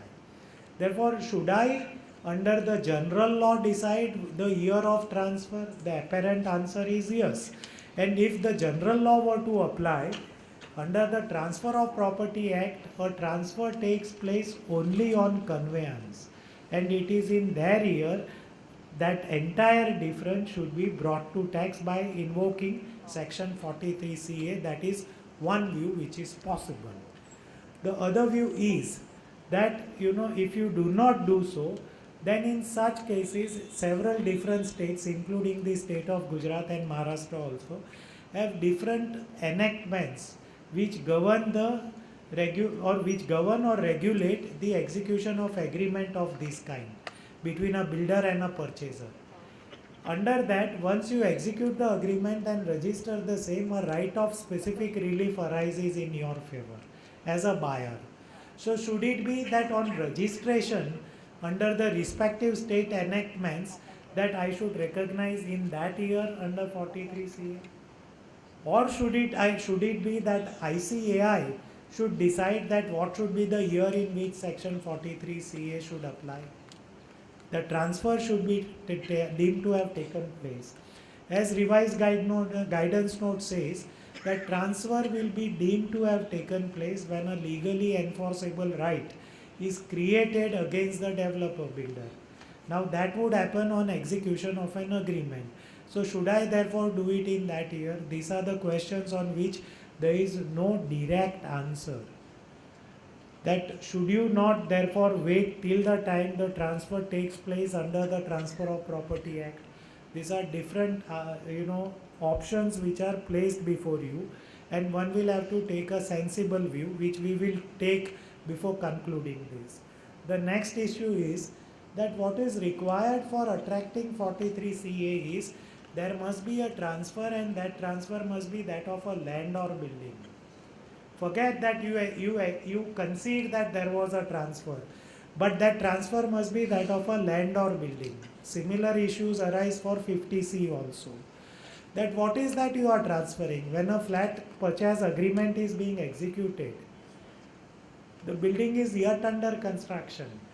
The construction may not have begun also. Could you say that 43 CA should apply because I have transferred the building in that year? The apparent answer is not.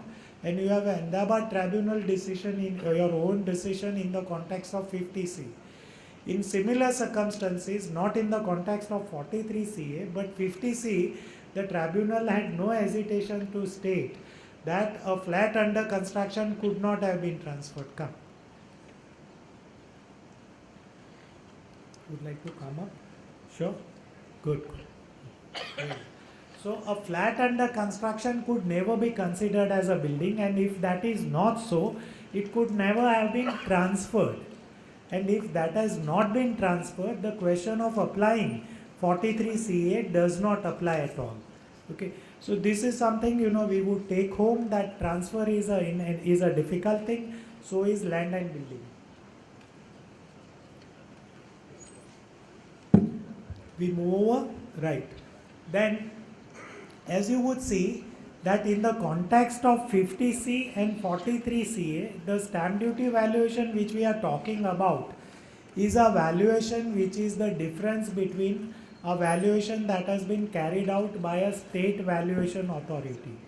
Now, if state valuation authority has to carry out a valuation, there is large number of areas which are governed by the union, and those are union territories wherein also stamp duty is leviable, but it is not by a state stamp duty valuers. And in such circumstances, the issue that would arise that whether provisions of 43CA would apply at all or not. Now, possibly in such cases, a view could be taken, a reasonable view. Like, see in your neighboring Daman or, some Diu or such places, if a transfer were to take place, there could be a land or building which could be transferred. There could be a valuation difference also, but I am afraid that 43CA would not have any teeth to bite in respect of such aspects. So the next is that it should accrue as a result of transfer. All these issues will have to be cracked someday, because 43CA, the way it has been worded, is not providing any answer to any one of them.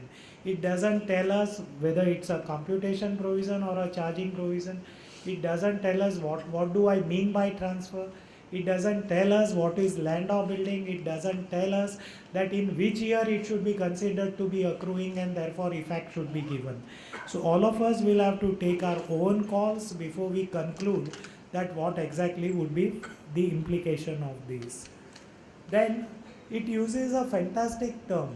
That is, it says that for the purposes of section 43CA, the stamp duty value would be deemed to be full value of consideration. Now, as an income tax practitioner, as a businessman, when you compute business income, there is no concept of full value of consideration. That terminology has its implication only in section 48. In the entire body of the text, you would see that 48 alone uses this term for the purposes of section 48. What would be the full value of consideration? And all related provisions like 50C and such other only uses this term. As far as the business income computation is concerned, there is no such concept. And what is the concept which is clearly known is sale proceeds, sales. What is the alternative? Gross sales, gross receipts. Such are the concepts which are relevant for computation of business income and none other. And therefore, once again, that unless this term is defined, 43CA becomes unimplementable. Then, whether 43CA could ever apply in applying the transfer pricing provisions. Apparently, one would feel that what ridiculous I am talking about. But such are the issues which had arisen in the context of 50C. And the tribunal and the authority for advance ruling had held that yes, that even while computing the difference in the case of an AE transfer, 50C provisions can be brought into play. So independent of the difference, it would be determined on the basis of stamp duty value. When it comes to 43CA, this will have a greater force while it comes to application of that. So this is. Then 43CA, as we have stated, is worded similarly to that of 50C. So, and in 50C you have hundreds of issues which have arisen, which I am not taking you to, because they are identical as they would arise in 43CA also. And all those issues, other than those peculiar issues which I have recently highlighted, will have to be addressed. Then the important aspect which we discussed was the difference between agreement, date of agreement, year of allotment, year of possession, and the flat sale agreement. Now let's understand and try to resolve these issues, because we can keep on churning issues, but someday we have to address these issues, because we are the persons who will have to implement and advise the people. So instead of keeping issues open, which would be an exercise in intelligence and will not prove anything. So let's crack this and try to understand that is it in any manner possible to be resolved. I have few thoughts which I will just share with you with absolute understanding that other views are possible. Each of them I have presented before you, but my views, I am presenting before you. Let's try to reasonably crack this and try to see that that this is implemented instead of resisting the implementation. First, I would hold that this is not a charging provision, it is a computation provision. So for the purposes of determining my total value of sales, I will bring into play 43CA provisions and not otherwise. That's one. Rule number one. Secondly, instead of taking an exotic view that it is only in the year of final transfer to the society that 43CA should arise by virtue of applying Transfer of Provisions Act, Transfer of Property Act, I would take a view which is more in consonance with the view which is taken by the ICAI in the context of recognizing revenue. What ICAI tells me is that for the purposes of my books of account, the method of accounting which I should follow in the case of a real estate developer is recognizing revenue as per the percentage of completion method on the basis of the progress of work. Now, if you accept that, then what would happen is that if the mismatch is say 1 crore rupees between the stamp duty valuation and the agreement value, and I am recognizing this revenue over a period of 2 years, then in each year, based on the percentage of the completion, stage of completion, I will also give effect to this, because under my method of accounting, I am recognizing revenue based on the agreement value by following the 2012 guidance note, revised guidance note. If that be so, if you all are in agreement, there is at least a reasonable application of the provision. Today, mind you, that no court worth its salt would ever permit you to knock down a provision which has been passed by a legislature. This 43CA has been passed by the legislature. It is part of the Income Tax Act for a period exceeding 3 years, and no court would take a view that 43CA, because it is not implementable, therefore it should be knocked down. The only thing what would happen is it would be read down, and reading down in this fashion, as is understood by the accountants, as is understood by ICAI, is perhaps the only way I would believe will make it rational.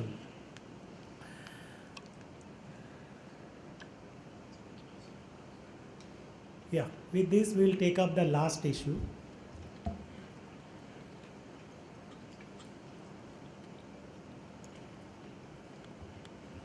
This issue, as I said, yeah, alright, but we'll take it up. Yeah, this issue, as I said, is presently plaguing all major cities, wherein the only mode of transaction between a builder developer and a landlord is to get into a joint development agreement. This is absolutely a commercial necessity, not a legal acumen. The reason is that developers presently are starved of funds. So therefore, the huge amount which is required for acquisition of a land is not in their possession. So what is happening is that therefore, landlord and the developer who has the business acumen, they join hands and they produce something which is known as a joint development agreement. Now in such cases, what is the measure of taxation? Though that is something, that is the sole issue which we are going to discuss. At the outset I said that if the landlord is holding this as a capital asset, then in that case this is not the subject matter of discussion today, because that comes in the realm of capital gains taxation and we are talking about business taxation. But by and large appreciate that Bombay High Court in the case of Chhatrabhuj Dwarkadas Kapadia has taken a stand even for the purposes of capital gains taxation, that the moment a development agreement is executed, along with a power which has been given to the developer for marketing and selling the product which is yet to be constructed, there would arise the liability to taxation in the hands of the landlord, even under the scheme of capital gains taxation. But that's not what we are discussing. We would discuss this from a limited point of view of a landlord who is holding the land as a stock in trade. If we were to hold this land as a stock in trade, few things which we need to appreciate is that the definition of the term transfer under section 2 subsection 47 would not apply, would not be attracted, for the reason that as we have noticed earlier, has a limited application to transfer of a capital asset. An asset which is being held as stock in trade, its income will have to be computed as per the provisions of section 28. When you admit that it has to be computed as per section 28, the only manner in which the income could be brought to tax is only when it is accrued. And when can you say that an income has accrued is when there is a legally enforceable right to receive the consideration, or in the alternative, accrual is decided. It is a function of the method of accounting. And method of accounting is governed by section 145. If as per method of accounting, a JDA requires you to recognize the income as having accrued, then only in such cases there would arise the liability to business taxation. I am afraid that by under a JDA, if a proper care is taken at the elementary level, if the accrual does not happen in the case of businessman, even though a transfer has taken place, there would not arise a liability under section 28 for the purposes of this. Well, with this, Harith and my friends here, thank you so much, for giving me a patient hearing. Thank you so much.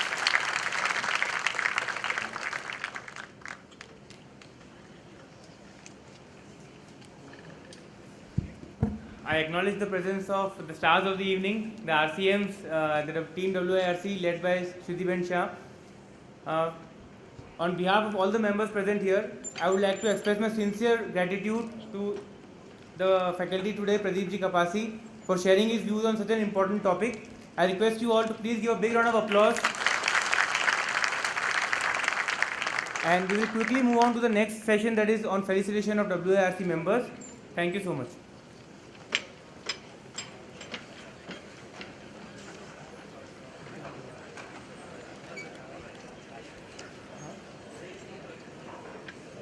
Friends, there is no break. Directly we'll be moving on to the next session, and after that